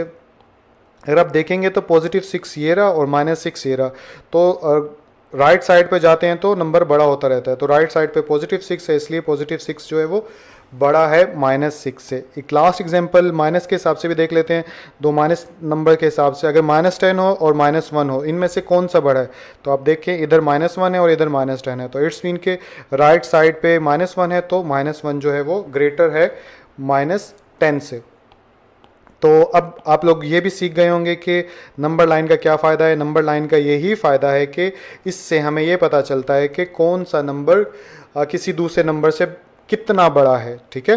और इसके बाद नंबर लाइन के हवाले से मुझे नहीं लगता कुछ खास बताना चाहिए मुझे। अब मैं क्वेश्चंस करूंगा तो आप लोगों को समझ में आ जाएगा। तो ठीक है, मैं एक क्वेश्चन लिखता हूं और उसको फिर नंबर लाइन के ऊपर ड्रॉ करता हूं। तो ये मैंने एक फ्रैक्शन लिखा है, यहाँ पर एक रैशनल नंबर लिखा है। तो इस रैशनल नंबर पर इस रैशनल नंबर को हमने इस वाली नंबर लाइन के ऊपर बताना है कि किधर आएगा ये, यानी इसकी पोजीशन किधर होगी इस नंबर लाइन के ऊपर। ये अब क्वेश्चन बन जाएगा हमारा, प्लॉट करना जिसे बोलते हैं। तो सबसे पहले नंबर लाइन पर दिखाना है तो हमें क्या बनाना होगा, हमें नंबर लाइन ही ड्रॉ करनी होगी। तो नंबर लाइन ड्रॉ करना भी मैंने आप लोगों को बताया है कि आप क्या करेंगे, आप एक ऐसे स्ट्रेट लाइन ड्रॉ कर देंगे, ठीक है। स्ट्रेट लाइन ड्रॉ करने के बाद इधर एक एरो डाल देंगे, इधर भी एक एरो डाल देंगे। उसके बाद आप ये काम स्केल की मदद से करेंगे, ठीक है। मैं अंदाजे से कर रहा हूँ, तो स्केल की मदद से जैसे 10 सेंटीमीटर या 5 सेंटीमीटर लंबी आप एक लाइन ड्रॉ करेंगे तो उसका हाफ भी स्केल के ऊपर आपको नज़र आ रहा होगा। तो इसलिए उसके हाफ को ऐसे आप कट कर दोगे। कट करने के बाद इधर डाल दोगे 0। अब ये सबसे पहले हमें ये पता होना चाहिए कि 2/3 किधर आएगा, किन दो नंबर्स के दरमियान में आएगा। 1 और 2 के दरमियान में आएगा, या फिर ये 3 और 4 के दरमियान में आएगा, या 0 और 1 के दरमियान में आएगा। तो सबसे पहला सवाल तो यही पता होना चाहिए कि ये नंबर किन दो नंबर के दरमियान में प्लेस करेगा। उस हिसाब से हम इधर नंबर लिख लेंगे, ठीक है। तो अब 2/3 किन दो नंबर्स के दरमियान में आएगा, ये सबसे पहला सवाल है। तो ये आएगा 0 और +1 के दरमियान में ये 2/3 आएगा। अब किस जगह आएगा वो अभी हम फाइंड आउट कर लेंगे, लेकिन पहली चीज़ हमें 0 और 1 के दरमियान में इसे लाना है। तो फिर उस हिसाब से अब मैं इधर कितने हिस्सों में, अगर इधर मैं 2 हिस्सों में भी डिवाइड करूँ, 1 और 2, ठीक है, तो इतने में हमारा ये नंबर जो है वो रिप्रेजेंट हो जाएगा। तो इसलिए 2 लाइनें इधर डाल लेते हैं और सेम डिस्टेंस के साथ 2 लाइनें इधर डाल लेते हैं। अगेन मैं कह रहा हूँ कि ये डिस्टेंस आप जो है इक्वल रखिएगा स्केल की मदद से। तो इधर पॉजिटिव नंबर लिखते हैं तो इधर 1 आ गया, इधर 2 आ गया, इधर नेगेटिव नंबर लिखते हैं तो -1 आ गया और इधर -2 आ गया, और इसी तरह आगे ये नंबर लाइन चलती जा रही है।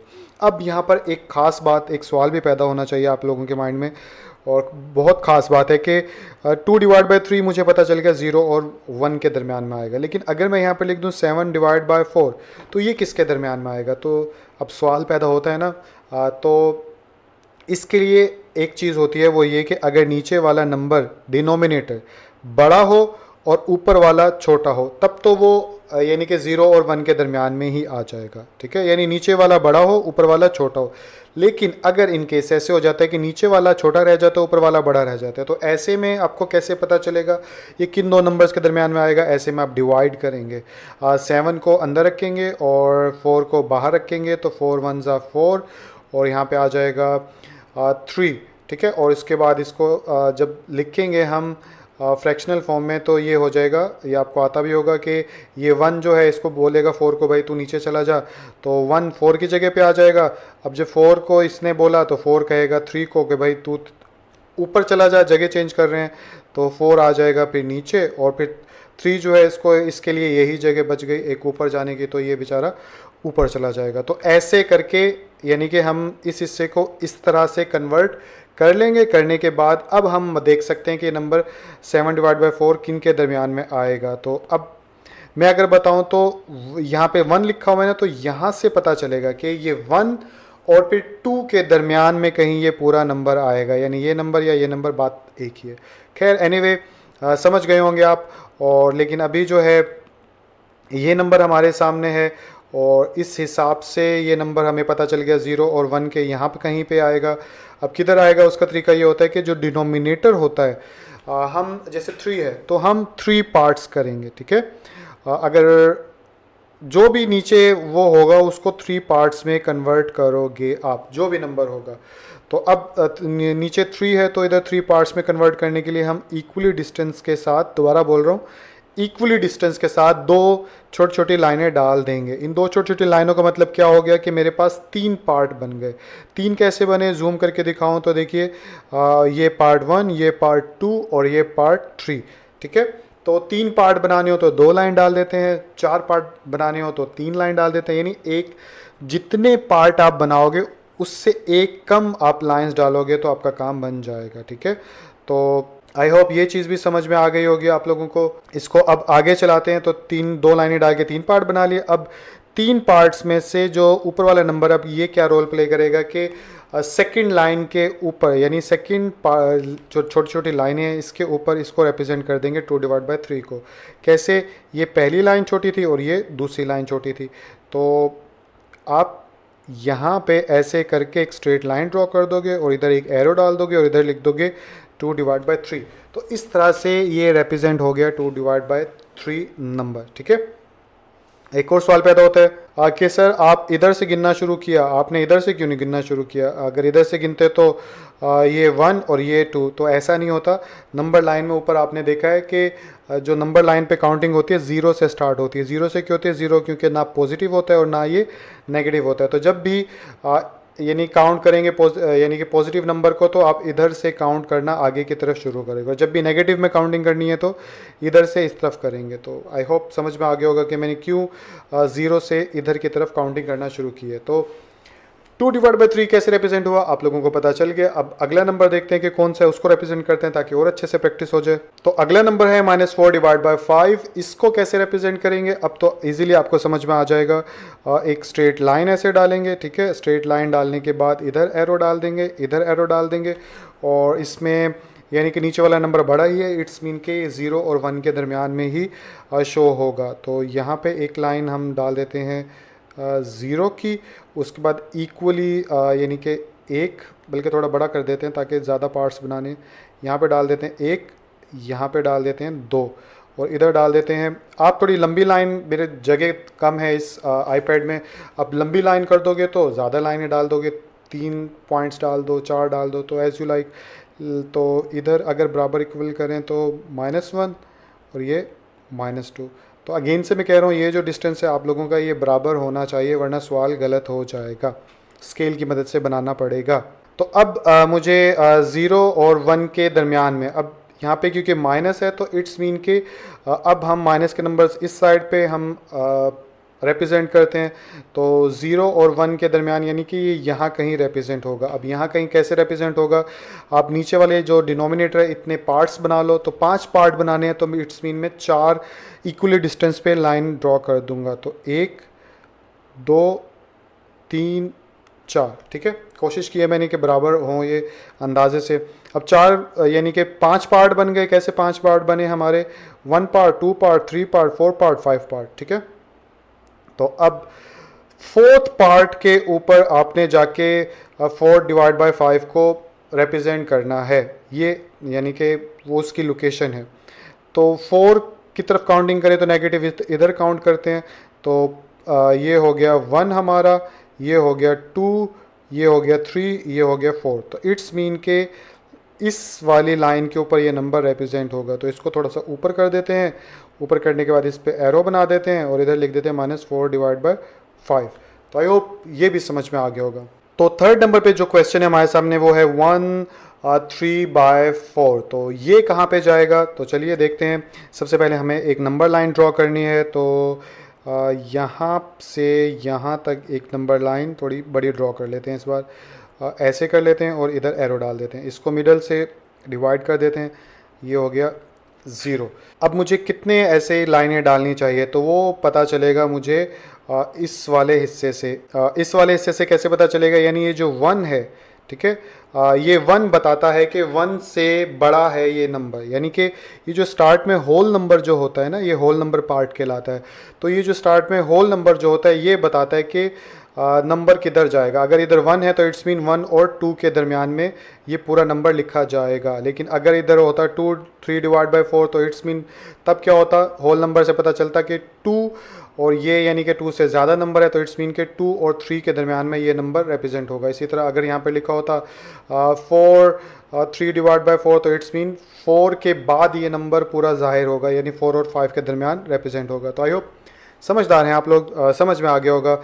और तो 1 और 2 के दरमियान में रिप्रेजेंट होना है तो इट्स मीन 3 लाइनें डाल लें तो बहुत है।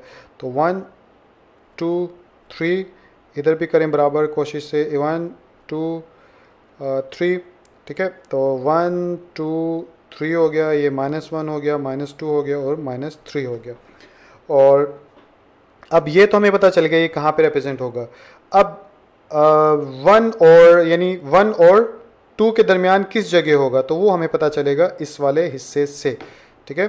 तो 1 और 2 ये वाला हिस्सा है, इधर रिप्रेजेंट करें तो अब अगेन से वही वाली चीज़ के 4th 4 पार्ट कर दो और 3 3rd के ऊपर ये पूरा नंबर मेंशन हो जाएगा। तो 4 पार्ट करने हैं तो मुझे 3 लाइनें डालनी होंगी, तो ये हो जाएगा 1 2 3, ठीक है। तो 4 पार्ट्स इक्वल बन गए, कैसे, 1 पार्ट 2 पार्ट 3 पार्ट 4 पार्ट। तो भी कोशिश होती है समझ में आ जाए आप लोगों को।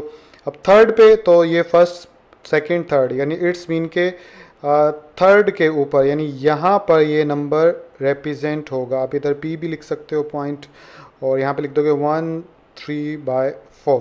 तो आई होप ये क्वेश्चन भी समझ में आ गया होगा। तो नेक्स्ट क्वेश्चन है हमारा -2 5/8। इसको कैसे रिप्रेजेंट करेंगे अब तो आप लोगों को समझ में आ गया होगा।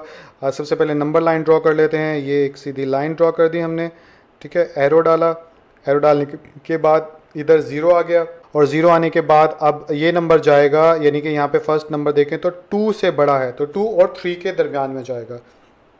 तो मुझे 4 लाइनें तो डालनी पड़ेगी, तो यानी और माइनस वाली साइड पे जाएगा तो हम ऐसा करते हैं थोड़ा इधर से कर लेते हैं ऐसे 0 और ये हो गया 1 और ये हो गया +2 और इधर करें तो -2 और ये -3। कोशिश मैंने की थी इसको और छोटा कर लेते हैं, ऐसे सही नहीं लग रहा। और यस अब बिल्कुल ठीक है। तो हमें 2 और 3 के दरमियान और माइनस का नंबर है तो इट्स मीन के इस वाले हिस्से में ये शो होने जा रहा है। तो अब जगह का पता चल गया। अब 8 हिस्सों में तकसीम करना है इस वाले हिस्से को, तो 7 लाइंस डालनी पड़ेंगी इक्वली बराबर। तो 1 2 3 4 5 6 एंड 7, ठीक है। अब सही है। तो 7 लाइन डाले तो 8 पार्ट्स बन गए, 1 2 3 4 5 6 7 8, ठीक है। तो आप लोग अगेन से मैं कह रहा हूँ मेहनत करके कोशिश करके इन लाइंस के दरमियान इक्वली डिस्टेंस रखिएगा। और उसका बेहतरीन तरीका ये है कि मेरे पास जगह कम है, आप थोड़ा सा बड़ी ऐसे लाइन डाल लीजिएगा और ऐसे करके जैसे इधर 2 था इधर 3 था तो अब देखिए 7 पार्ट्स बनाना आसान है इसकी निस्बत। खैर समझदार लोग हैं समझ जाएंगे। तो अब 8 पार्ट्स बन गए, 8 में से 5 पार्ट्स के ऊपर 5th पार्ट के ऊपर जो है ये नंबर शो होगा। तो 1 2 3 4 5 यानी ये वाला, ठीक है। तो स्ट्रेट लाइन डालूँ तो ये वाली लाइन जो है ये आप यहाँ पे लिख दोगे -2 5 डिवाइड बाय 8। तो इस तरह से ये लाइन थोड़ी सीधी डालनी चाहिए, मैं सीधी डाल देता हूँ।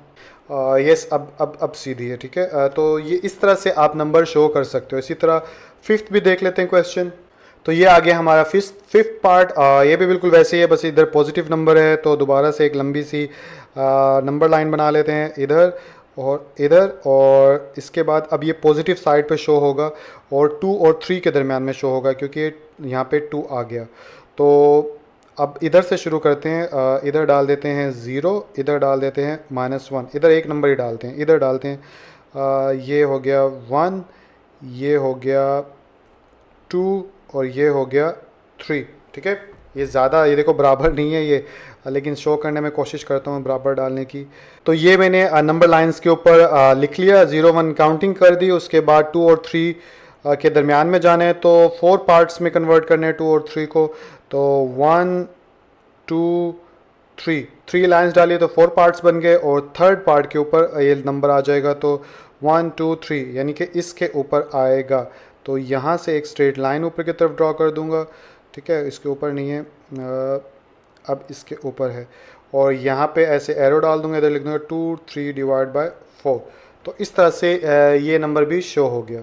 तो पार्ट नंबर 6 आप लोगों को स्क्रीन के ऊपर नज़र आ रहा है। ये एक इर्रेशनल नंबर है और इर्रेशनल को नंबर लाइन के ऊपर रिप्रेजेंट करने का तरीका जो होता है वो ज्योमेट्री का तरीका होता है, ठीक है। तो आप थोड़ा घबराइएगा मत, थोड़ा सा तसल्ली के साथ एक बार सारी इस कॉन्सेप्ट को सुन लेंगे तो आपको ना सिर्फ इसका कॉन्सेप्ट समझ में आ जाएगा, बल्कि कहीं पे √2 रिप्रेजेंट करना हो या √3 रिप्रेजेंट करना हो तो आप इसको भी इजीली रिप्रेजेंट कर सकोगे। तो कोई भी इर्रेशनल नंबर जो होता है वो कैसे नंबर लाइन पे रिप्रेजेंट होता है, तो इसके लिए सबसे पहले आपको सीखना पड़ेगा कि पाइथागोरस थ्योरम के बारे में। तो ये मैंने पाइथागोरस थ्योरम लिख लिया, और जिन बच्चों को नहीं पता मैं उनको बता दूं कि कोई भी एक राइट ट्रायंगल होती है, जैसे ये एक राइट ट्रायंगल बना लेते हैं हम ऐसे करके, ठीक है, ऐसे।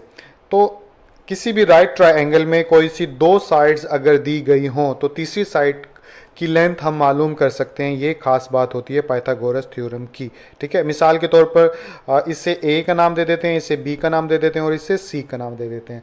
तो अगर मेरे पास दो साइड्स ए और बी की लेंथ मालूम यानी कि मौजूद है तो फिर मैं सी की लेंथ मालूम कर सकता हूँ पिछली दो की मदद से। लेकिन अगर मेरे पास ये दो लेंथ दी गई हैं तो इन दोनों की मदद से मैं इसकी लेंथ मालूम कर सकता हूँ।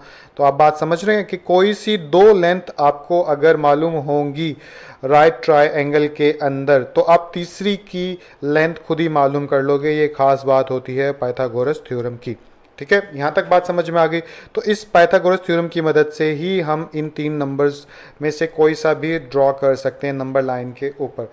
अब कैसे ड्रॉ कर सकते हैं बात ये आ जाती है। तो पाइथागोरस थ्योरम का जो फार्मूला होता है या वो थ्योरम होता क्या है, तो वो मैं लिख देता हूँ ताकि आप लोगों को याद भी आ जाए जिनको नहीं याद। तो ये पाइथागोरस थ्योरम का फार्मूला होता है, या इसी को पाइथागोरस थ्योरम बोलते हैं कि हाइपोटेनस का स्क्वायर जो होता है वो बराबर होता है बेस का स्क्वायर प्लस परपेंडिकुलर का स्क्वायर, ठीक है। ये वाला हिस्सा जो होता है बेस कहलाता है, ये हाइट भी कहते हैं बाज़ लोग, लेकिन परपेंडिकुलर भी कहा जा सकता है इसे, ठीक है। और ये वाला हिस्सा जो होता है ये हाइपोटेनस कहलाया जाता है। तो अब इन तीनों में से कोई सी दो की वैल्यू मालूम होगी तो हम तीसरी मालूम कर लेंगे। अब सवाल ये पैदा होता है कि सर कैसे मालूम कर लेंगे। मिसाल के तौर पे ये हमारा सवाल था ना √5, तो √5 अगर हमें मालूम करना है, ठीक है, तो मैं ऐसा करता हूँ, मैं इसको नाम दे देता हूँ यानी कि ओ का, ठीक है, और इसको नाम दे देता हूँ ए का और इसको नाम दे देता हूँ बी का। तो अब ये हमारी जो है ये क्या है, ये बेस है हमारी।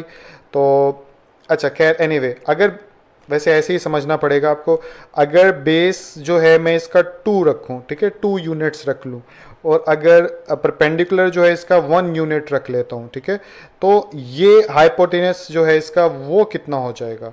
तो अगर मैं करके देखूं, अगर बेस बराबर रखूं 2 के, जैसे कि मैंने यहाँ पे लिखा है, तो यहाँ पे 2 का स्क्वायर आ जाएगा क्योंकि ऊपर स्क्वायर है, और परपेंडिकुलर या हाइट जो है वो किस 1 यूनिट के इक्वल रखी है, तो यहाँ पे 1 का स्क्वायर आ जाएगा। तो ऐसे में हाइपोटेनस कितना आएगा वो अभी देख लेते हैं। आगे अगर चलें तो ये हो जाएगा 2⁴ और +1, और नीचे बल्कि जगह कम हो जाएगी हमारे पास, इसको बिना लाइन छोड़े लिखता हूँ, 4 + 1 और = 5, ठीक है। तो हाइपोटेनस का स्क्वायर जो है वो किसके इक्वल आया, 5 के इक्वल आया।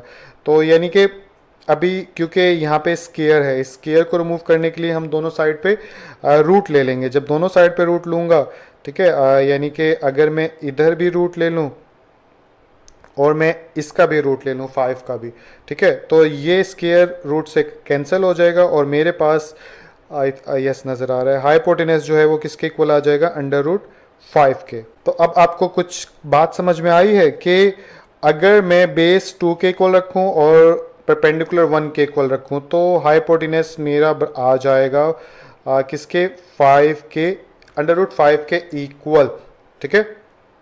ये बात समझ में आई आप लोगों को यहाँ तक। तो अब ये कैसे मालूम करते हैं, क्वेश्चन के एंड में मैं आपको बता दूंगा, और ताकि कंफ्यूज ना हो वो बच्चे जो अभी नया नया कोशिश कर रहे हैं कॉन्सेप्ट को सीखने की।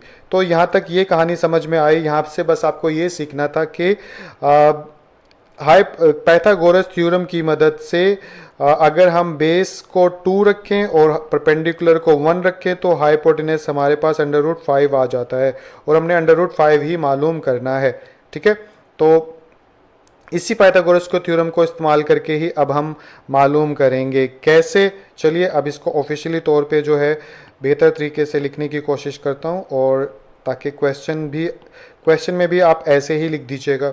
तो क्वेश्चन शुरू करने से पहले आप एक स्टेटमेंट लिख के ये बता दीजिए कि ये इरेशनल नंबर जो है ज्योमेट्री की थ्रू जो है वो हम रिप्रेजेंट कर सकते हैं। तो ये मैंने स्टेटमेंट लिख दी जिसमें बता दिया कि number √5 can be located on number line by geometric construction. ठीक है, ज्योमेट्रिक कंस्ट्रक्शन की मदद से। अब कैसे वो भी अभी जब मैं ड्रॉ करूंगा तो आपको पता चल जाएगा। ठीक है, उसके बाद हम क्या करेंगे, हमने जैसे कि अभी मैंने आप लोगों को समझाया कि इस क्वेश्चन को आप यानी कि रफ अमल में पेंसिल की मदद से ये बना लीजिएगा और उसके बाद बेशक मिटा दीजिएगा क्योंकि नीचे तो फिगर बन ही जाएगी। ठीक है, तो एक राइट ट्राइंगल बना लीजिए और हमें यानी इसको √5 कर दीजिए, और इसकी लेंथ कितनी रखनी थी, अगर 2 रखेंगे और इसकी 1 रखेंगे तो ही हम यानी कि ये मालूम कर सकते हैं। ठीक है, तो ये एक ट्राइंगल बन गई। ट्राइंगल में इसका नाम ओ रख दें, इसका नाम ए रख दें और इसका नाम बी रख दें। तो कौन सी ट्राइंगल हो गई, यहाँ पे लिख देते हैं इन ट्राइंगल ओ ए बी। ठीक है, थोड़ा करीब करके लिख देता हूँ, ज़्यादा फासला हो गया। In triangle O A and B. ठीक है, ट्राइंगल ओ ए बी में मेजरमेंट कौन सा, ओ ए जो है वो कितना है लाइन सेगमेंट, ये है 2। ठीक है, एंड और ए बी कितना है, ए बी अगर रखेंगे हम 1 यूनिट के। ठीक है, तभी यानी कि यहाँ पे मेजरमेंट कर लेते हैं, तभी हम हासिल कर सकेंगे √5।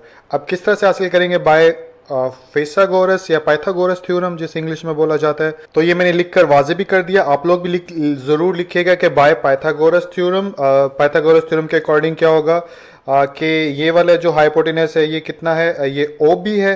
तो यहाँ पे लिख देता हूँ ओ बी। ठीक है, और यानी कि हाइपोटेनस का स्क्वायर ये किसके बराबर होता है, बेस के। बेस क्या है, ओ ए। तो यहाँ पे लिख देंगे ओ ए होल का स्क्वायर, उसके बाद प्लस सॉरी ये मिटाना भूल गया मैं, ये मिट गया। उसके बाद ए बी होल का स्क्वायर यानी कि परपेंडिकुलर का आता है। आई होप अब तो वो पहले वाला कॉन्सेप्ट इसलिए समझाया था कि अब आप लोगों को समझ में आ जाए मैं जो भी करूं।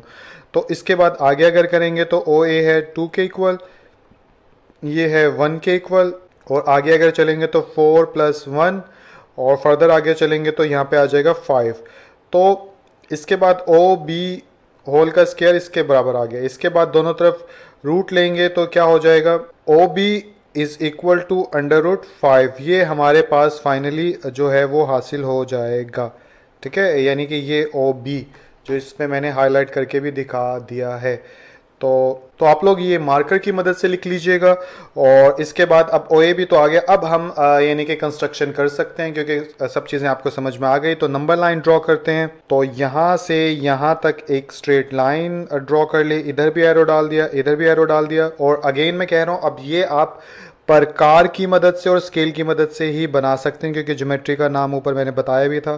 तो इसको आप 0 का नाम दे दो और फिर कुछ सेंटीमीटर आप फिक्स कर लो। 2 सेंटीमीटर के फासले पर एक लाइन लगा रहे हो, 1.5 के फासले पर लगा रहे हो, तो जितना आपने डिस्टेंस यहाँ रखा है इतना ही इससे आगे रख लेंगे आप। ठीक है, और इतना ही इससे आगे रख लेंगे। ठीक इसी तरह इस साइड पर भी अगर इतना है, क्योंकि मैं अंदाजे से कर रहा हूँ और बार बार इसलिए बताना पड़ता है कि अगर ये ना किया, बराबर इक्वल डिस्टेंस ना रखा तो गलत हो जाएगा क्वेश्चन आप लोगों का, तो मेरी भी सारी मेहनत ज़ाया हो जाएगी। तो इसको 1 के इक्वल रख देते हैं, इसको 2 के इक्वल रख देते हैं, इसको 3 के, इसको -1 के, इसको -2 के और -3 के। तो नंबर लाइन हमारी तैयार हो गई हाथ की मदद से। अब इसके ऊपर जो है हम वही राइट ट्रायंगल बनाएंगे और हमें पता चल जाएगी कि लेंथ कितनी है। ठीक है, कैसे अगर देखें तो बेस हमने किसके इक्वल रखा था, ओ ए के, और कितना रखा है 2 यूनिट रखी है। तो ये आपकी नंबर लाइन है और 2 यूनिट कौन सा बनता है, यहाँ तक बनता है। तो आप क्या करेंगे, स्केल की मदद से एक सीधी लाइन यहाँ पर ड्रॉ कर लेंगे। ठीक है, 2 यूनिट ये हमारी यानी कि आप समझ लीजिए यहाँ से यहाँ तक बेस होगी जैसे कि ऊपर बताया गया है। उसके बाद आगे अगर चलें तो अब 1 यूनिट ए बी, तो ये हमारा O है यानी कि ये हमारा पॉइंट O हो गया, ये हमारा पॉइंट ए हो गया, ठीक है।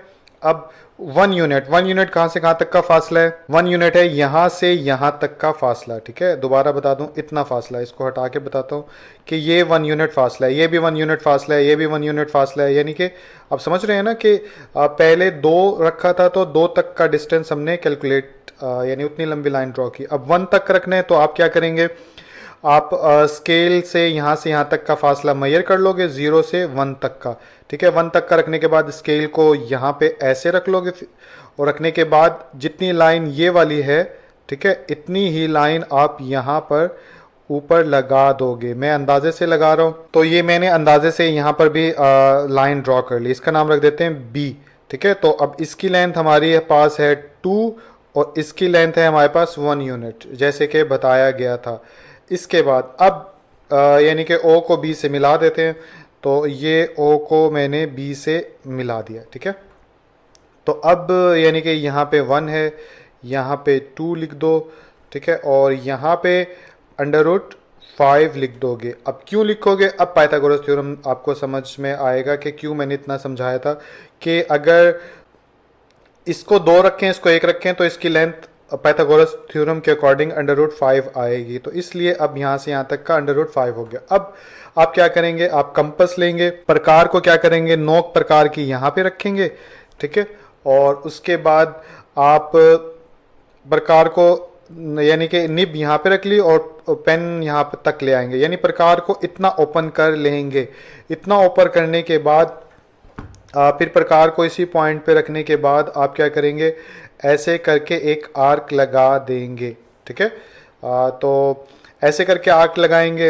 अब ये आर्क जो लगी है, क्योंकि देखिए प्रकार को हमने कितना खोला है, हमने इतना ही खोला है ओ से बी तक का।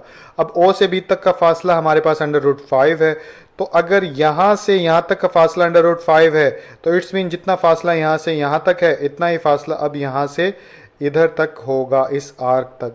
तो क्योंकि ये √5 था इसलिए ये भी क्या होगा, √5 ही होगा। तो इस तरह से ये शो करते हैं। तो अब इसलिए इस पॉइंट पर एक एरो डाल दें आप, ठीक है। स्ट्रेट लाइन मुझसे डली नहीं, रुकें, ये स्ट्रेट लाइन हो गई हमारी, ठीक है। और यहाँ पे एरो डालने के बाद इधर लिख देंगे √5। तो ये वो पॉइंट है जो कि √5 यानी कि यहाँ पे शो होगा नंबर लाइन के ऊपर। तो आई होप कोशिश की है मैंने समझाने की, आप लोगों को समझ भी आ गई होगी। कोई इसमें ज़्यादा मुश्किल बात है नहीं। अगर समझ में नहीं आई वीडियो को एक बार दोबारा देख लेंगे, थोड़ा सा पीछे से जहाँ से समझ में नहीं आए तो आप लोगों को समझ में आ जाएगा। और लास्ट में ये बात कि ये जो फिगर आपको बनाई थी, आप लोगों को समझाने के लिए बनाई थी, इसको मिटा दीजिएगा, ऐसे कन्फ्यूजन पैदा होती है चेक करने वालों को के माइंड में। तो आप लोगों का ये सवाल हो गया, ठीक है, फिर ये स्टेटमेंट हो गई, फिर ये आपने प्रोसीजर लिखा कि OB जो है वो प्रूफ करके दिखाया यहाँ पर कि √5 के इक्वल है, और ये आपकी फिगर बन जाएगी और यहाँ पे क्वेश्चन खत्म हो जाएगा। तो क्वेश्चन नंबर 5 आप लोगों को स्क्रीन के ऊपर नज़र आ रहा है। इसमें क्या बोला जा रहा है, गिव अ रैशनल नंबर। आपने एक रैशनल नंबर बताना है। कौन सा रैशनल नंबर बताना है, इन दोनों के दरमियान में जो रैशनल नंबर है वो आपने बताना है। तो इसके कई तरीके होते हैं। आप नंबर लाइन की मदद से भी मिडिल नंबर मालूम कर सकते हो, आप मल्टीप्लाई करके भी कर सकते हो, लेकिन जो आसान सा तरीका है, क्योंकि इस क्वेश्चन में एक नंबर का जिक्र किया गया है, यानी नंबर्स का जिक्र नहीं किया गया, तो एक नंबर मालूम करना तो बहुत आसान होता है कि यानी कि मिडिल वैल्यू आपने छोटे क्लासेस में देखा होगा, मीन फार्मूला लगाते थे, तो वैसे ही यानी मिडिल वैल्यू जैसे मालूम करते हैं। मिसाल के तौर पे अगर इधर 3 लिखूं और इधर 5 लिखूं और आपको कहूँगा इसके दरमियान में कौन सा नंबर है, तो आप इजीली कह दोगे सर 4 है। तो ये तो आपने ज़बानी बताया माइंड से, क्योंकि आसान सा सवाल था, लेकिन इन दो के दरमियान कौन सा होगा वो आप नहीं बता पाओगे। तो जो प्रोसेस यानी कि इन दोनों के दरमियान 4 मालूम करने का था, वही हम इधर लगा देंगे। तो 4 कैसे मालूम करते हैं, तो कोई से भी 2 नंबर होते हैं, जैसे एक 3 है और एक 5 है, तो इनके दरमियान अगर मिडिल नंबर मालूम करना हो तो इन दोनों को हम ऐड कर लेते हैं। तो ऐड करने से क्या आ जाएगा 8, और ऐड करने के बाद अब आप लोगों को पता है किसी भी चीज़ का हाफ लेते हैं तो उसको 2 से डिवाइड कर देते हैं, किसी भी चीज़ की मिडिल वैल्यू लेते हैं तो 2 से डिवाइड करते हैं, यानी कि 2 का हमेशा हाफ से ताल्लुक़ होता है। तो हमें इन दोनों को जमा करने के बाद अगर इसका हाफ ले लूँ तो हाफ से हाफ लेने से मुराद क्या होगा कि 2 से डिवाइड कर दो, तो 2 4 ज़ा 8। तो अब देखिए कि दोबारा मैंने 4 निकाल लिया। ठीक इसी तरह अगर 10 और इसके अलावा 12 के दरमियान का नंबर मालूम करना है तो 10 प्लस 12 को जमा करूँगा तो कितना हो जाएगा मेरे पास, ये हो जाएगा 22, और 22 को फिर इसका हाफ मालूम करूँ तो 11 आ जाएगा। तो देखिए 11 आंसर आ गया। तो ठीक ऐसे ही हम मिडल वैल्यू मालूम करेंगे ऊपर वाले नंबर्स के दरमियान, ठीक है। तो क्वेश्चन को सॉल्व करने के लिए सबसे पहले लिखूंगा मैं सोल्यूशन, और सोल्यूशन लिखने के बाद गिवन नंबर्स लिख लेते हैं यहाँ पे। तो 3 डिवाइड बाय 4 और यहाँ पे है एंड 5 डिवाइड बाय 9।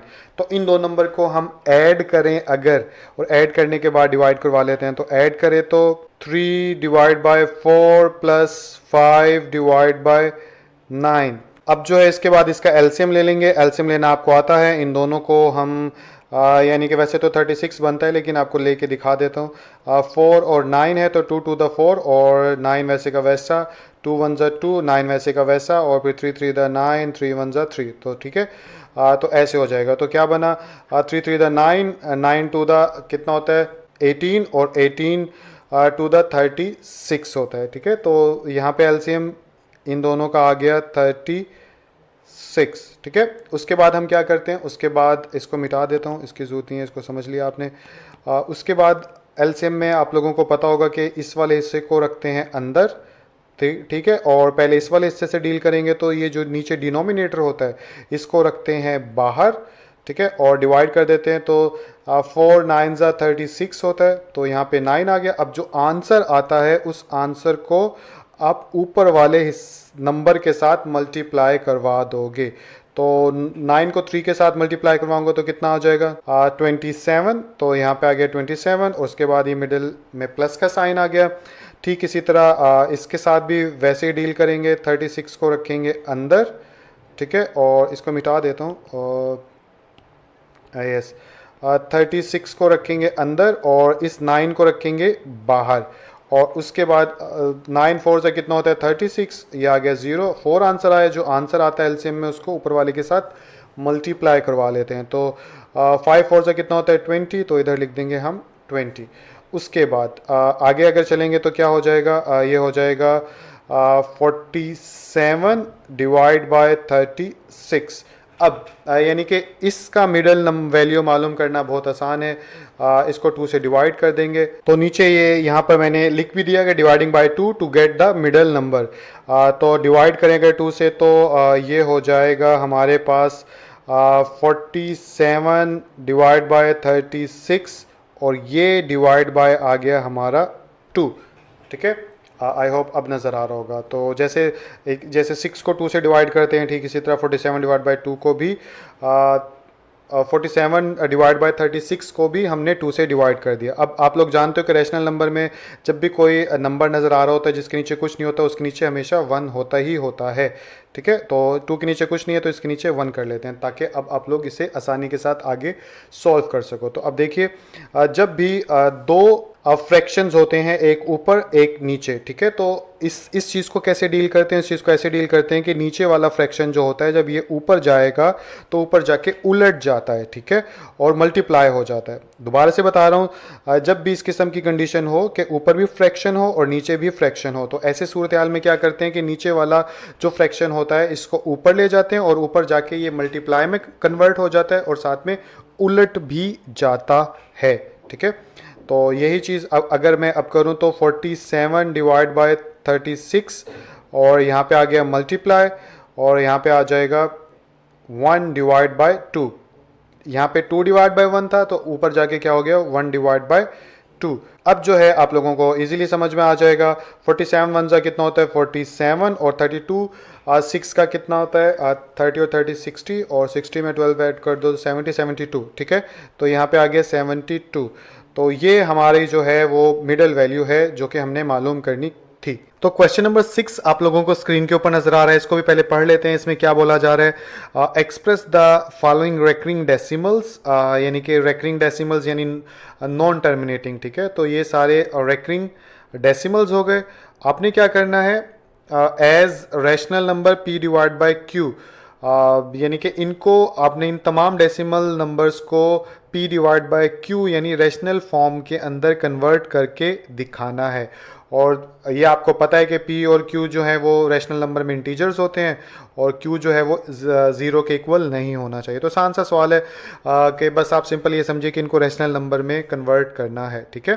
तो क्वेश्चन नंबर 1 लिखते हैं और इसे सॉल्व करते हैं।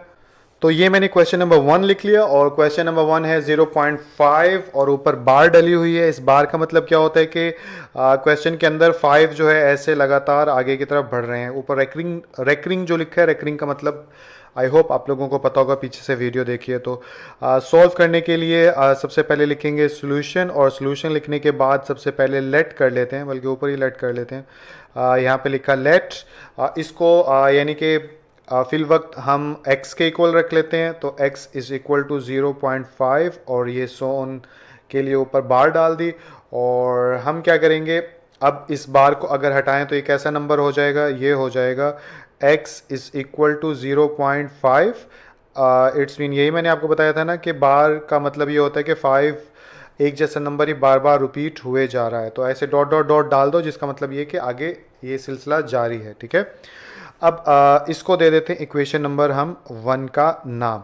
इसके बाद हम क्या करेंगे, इसके अंदर इशारे के बाद एक नंबर है, ठीक है। तो डेसिमल के बाद जितने नंबर्स होते हैं उतने यानी कि अगर एक नंबर है तो 10 से मल्टीप्लाई होगा, अगर इशारे के बाद 2 नंबर हैं तो 100 से मल्टीप्लाई होगा, अगर 3 नंबर हैं तो 1000 से होगा। तो इधर ए इशारिया के बाद या डेसिमल के बाद एक नंबर है तो हम क्या करेंगे, multiplying both sides of equation by 10।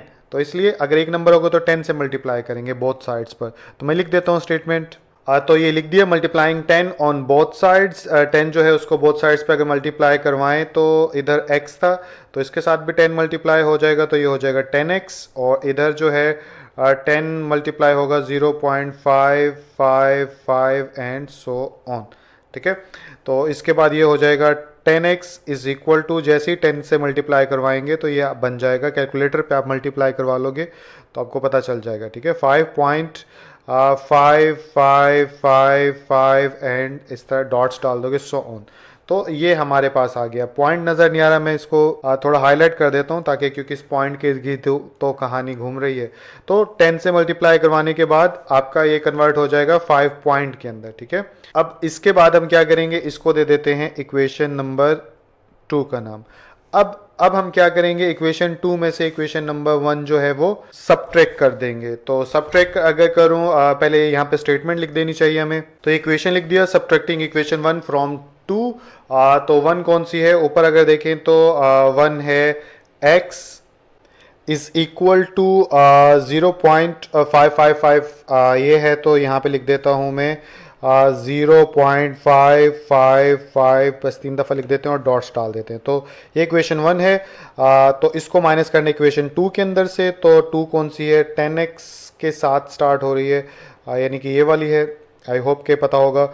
और तो यहाँ पे लिखा 10x और सबट्रैक्ट करना है तो ये माइनस, ठीक है। पहले यानी जिसमें से निकालना है आपको, यानी इक्वेशन 2 से निकालना है इक्वेशन 1 को, तो इक्वेशन 2 जो है वो पहले आएगा उसका हिस्सा और इक्वेशन 1 का बाद में। इधर भी ऐसे ही होगा कि इक्वेशन 2 में से निकालना है तो 5.555 डॉट ऐसे डाल दो और यहाँ पे आ जाएगा माइनस, इधर ब्रैकेट डाल दो ताकि डॉट्स वाली चीज़ जो है वो इसके साथ माइनस के साथ मिल ना जाए, ठीक है। तो आई होप समझ में आ गया। बस ये बताना था कि इक्वेशन 2 की चीज़ें आपने पहले लिखनी है क्योंकि उसमें से निकाल रहे हैं, इक्वेशन 1 की बाद में लिखनी है। तो अब माइनस करना तो बहुत आसान है, इसको ऊपर करते हैं। तो 10 में से x 1x गया तो पीछे 9x बच गया और इधर जो है 5.5555 में से 0.555 निकालेंगे तो क्या बच जाएगा, मैं एक बार कैलकुलेटर पे दिखाई देता हूँ आपको। ये कैलकुलेटर आ गया 5.555, 3 दफ़ा काफ़ी है, माइनस 0.555, तो ये पीछे आ गया ओनली 5, ठीक है। तो इस तरह से ये सारे जो इशारे के बाद वाले डेसिमल पार्ट है ये ख़त्म हो जाएगा और पीछे हमारे पास ओनली 5 बच जाएगा। तो अब 9 इधर मल्टीप्लाई हो रहा है, उधर जाके क्या हो जाएगा डिवाइड, तो x is equal to 5 divide by 9। तो ये हमारे पास जो है वो x की वैल्यू आ गई। तो इसको जो है आप बल्कि ऐसे करके लिखेंगे नीचे 0.5 बार, ये यानी कि डेसिमल नंबर था, इसको फ्रैक्शनल फॉर्म में लिखा तो 5 डिवाइड बाय 9। तो यहाँ पे सॉरी ये हो गया 5 डिवाइड बाय 9। तो ऐसे करके ये लिख दीजिएगा तो क्वेश्चन ख़त्म हो जाए। तो पार्ट नंबर 2 आप लोगों को स्क्रीन के ऊपर नज़र आ रहा है। इसको सॉल्व करते हैं। तो सबसे पहले सोल्यूशन लिखा, उसके बाद लेट लिखा, लेट एक्स के इक्वल रख लिया 0.13 को, ठीक है, और यहाँ पे आ गई बार। इस बार को रिमूव करें तो x इज़ इक्वल टू 0.13। जितने के ऊपर बार होती है वही हिंद से बार बार रिपीट होते हैं, ठीक है। तो अब 13 के ऊपर था तो 13 दो बार लिख दो, मैंने तो ज़्यादा बार लिख दिया इसको, और इसको नाम दे दो इक्वेशन 1 का, ठीक है। और पैटर्न आप एग्जाम्पल में जाओगे वहाँ पर भी तरीक़ेकार तो देख सकते हो। तो ये इक्वेशन 1 हो गई। इक्वेशन 2 की तरफ जाना है। तो इक्वेशन 2 के लिए हमें क्या करना होगा, हमें मल्टीप्लाई करवाना होगा x को किसी नंबर के साथ। और किस नंबर के साथ, या तो 10 के साथ, या 100 के साथ, या 1000 के साथ, 1000 के साथ, ठीक है।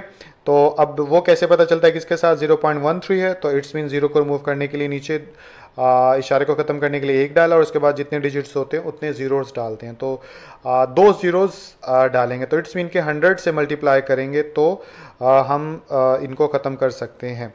तो यहाँ पे लिख देता हूँ मैं। तो ये मैंने स्टेटमेंट लिख दी। 100 को बोथ साइड पे मल्टीप्लाई करवा रहे हैं, तो इधर 100 को मल्टीप्लाई करवाएंगे x के साथ, और इधर भी 100 को मल्टीप्लाई करवा देंगे 0.13, 13 एंड 13 एंड सो ऑन, इसके साथ मल्टीप्लाई करवा देंगे, ठीक है। तो मल्टीप्लाई करवाने के बाद क्या बन जाएगा, ये बन जाएगा 100x, और यहाँ पे आ जाएगा जैसे ही 100 के साथ 0.13 मल्टीप्लाई होगा तो 13 ऐसे आ जाएगा। मैं कैलकुलेटर पे एक बार दिखा भी देता हूँ, पिछले क्वेश्चन में भी नहीं दिखाया था आप लोगों को। तो देखिए 0.131313 3 टाइम्स ही कर लेते हैं, मल्टीप्लाई को 100 के साथ करेंगे तो ये 13.13131313 ऐसे आता रहेगा। तो यहाँ पे 2-3 बार लिख देता हूँ मैं। तो ये लिखा 13.131313 एंड सो ऑन, ये हमारे पास आ गया। इसको दे देते हैं इक्वेशन नंबर 2 का नाम। अब जो है इक्वेशन 2 के अंदर से इक्वेशन 1 निकाल देंगे, तो स्टेटमेंट लिख लेते हैं। तो ये मैंने स्टेटमेंट लिख दी कि 1 को 2 में से निकाला जा रहा है। 1 क्या है, पहले यहाँ पे लिखते हैं 1, तो x है 1, और साथ में इधर आ जाएगा, थोड़ा पीछे करके लिखते हैं क्योंकि आगे वो सेकंड वाला लिखते हैं 0.131313। ये हमारे पास 1 इक्वेशन आ गई, ठीक है। और इसमें से हम इक्वेशन 2 निकालेंगे, तो यानी कि 2 के अंदर से ये निकालेंगे तो 100x, तो इधर आ गया 100x माइनस, तो 2 में से 1 मैंने निकाल दी। इस एंड पे भी ऐसे ही होगा। 2 में क्या है 13.131313 और एंड सो ऑन, इधर भी सो ऑन डालना भूल गया, सॉरी। और यहाँ पे आ जाएगी ब्रैकेट्स, ठीक है, और माइनस कर रहे हैं तो दरमियान में माइनस का साइन। अब जैसे ही इसमें से ये निकालेंगे तो पीछे हमारे पास 13 आंसर आ जाएगा। कैलकुलेटर पे बेशक आप ट्राई कर लीजिएगा। तो 100 में से 1 गया तो 99x, और इधर आ जाएगा 13, और x बराबर आ जाएगा हमारे पास 13 डिवाइड बाय 99। और यहाँ पे एंड में कंक्लूजन लिख देंगे हम, हैंस, ठीक है। क्या हैंस हो गया, नंबर क्या था हमारे पास, 0.13 is equal to 13 divide by 99। तो ये रैशनल में कन्वर्ट हो गया। तो पार्ट नंबर 3 आप लोगों को स्क्रीन के ऊपर नजर आ रहा है। इसको भी जल्दी से शॉर्ट में सॉल्व कर देता हूँ। समझ तो आप लोगों को आई गई कि सबसे पहले लेट लिखा, लेट लिखने के बाद x is equal to 0.67, sorry 7 सही से डाल दूँ, ऊपर आ गई बार। और इसके बाद अब हम क्या करेंगे, इस बार को ख़त्म करेंगे। तो इधर से शुरू करते हैं, दोबारा गलती कर रहा हूँ। x इज इक्वल टू 0.676767, बस 3 दफ़ा काफ़ी है, और ऐसे बार डाल दो, और ये इक्वेशन नंबर 1। और इसके बाद क्या होगा दोनों साइड पे, अब क्योंकि इशारे के बाद दो नंबर्स हैं तो 100 से मल्टीप्लाई होगा। तो यहाँ पे आप स्टेटमेंट लिख देंगे। तो ये स्टेटमेंट लिख दी, मल्टीप्लाइंग 100 ऑन बोथ साइड्स, और 100 को अगर मल्टीप्लाई करवा दूँ तो ये बन जाएगा 100x, इधर बन जाएगा, इधर भी मल्टीप्लाई एक स्टेप में करवा देते हैं ताकि समझ में आप लोगों को अच्छे से आ जाए। और ये आ गया ये, और ये ऐसे आ गया, ठीक है। तो ये बन गया 100x, और इधर आ जाएगा 67.676767 एंड सो ऑन, और ये हो गया इक्वेशन 2। इसके बाद जो है 2 में से 1 निकाल दो, तो फिर लिख लेते हैं स्टेटमेंट। तो ये लिख दिया सब्ट्रैक्टिंग इक्वेशन 1 फ्रॉम 2 में से निकालनी है 1, तो 1 इस वक्त स्क्रीन पे आप लोगों को नज़र आ रही है। x पहले 1 लिख लेते हैं x, और ये इधर स्पेस छोड़ देते हैं 0.67 6 7 सो ऑन और ब्रैकेट डाल देते हैं इधर।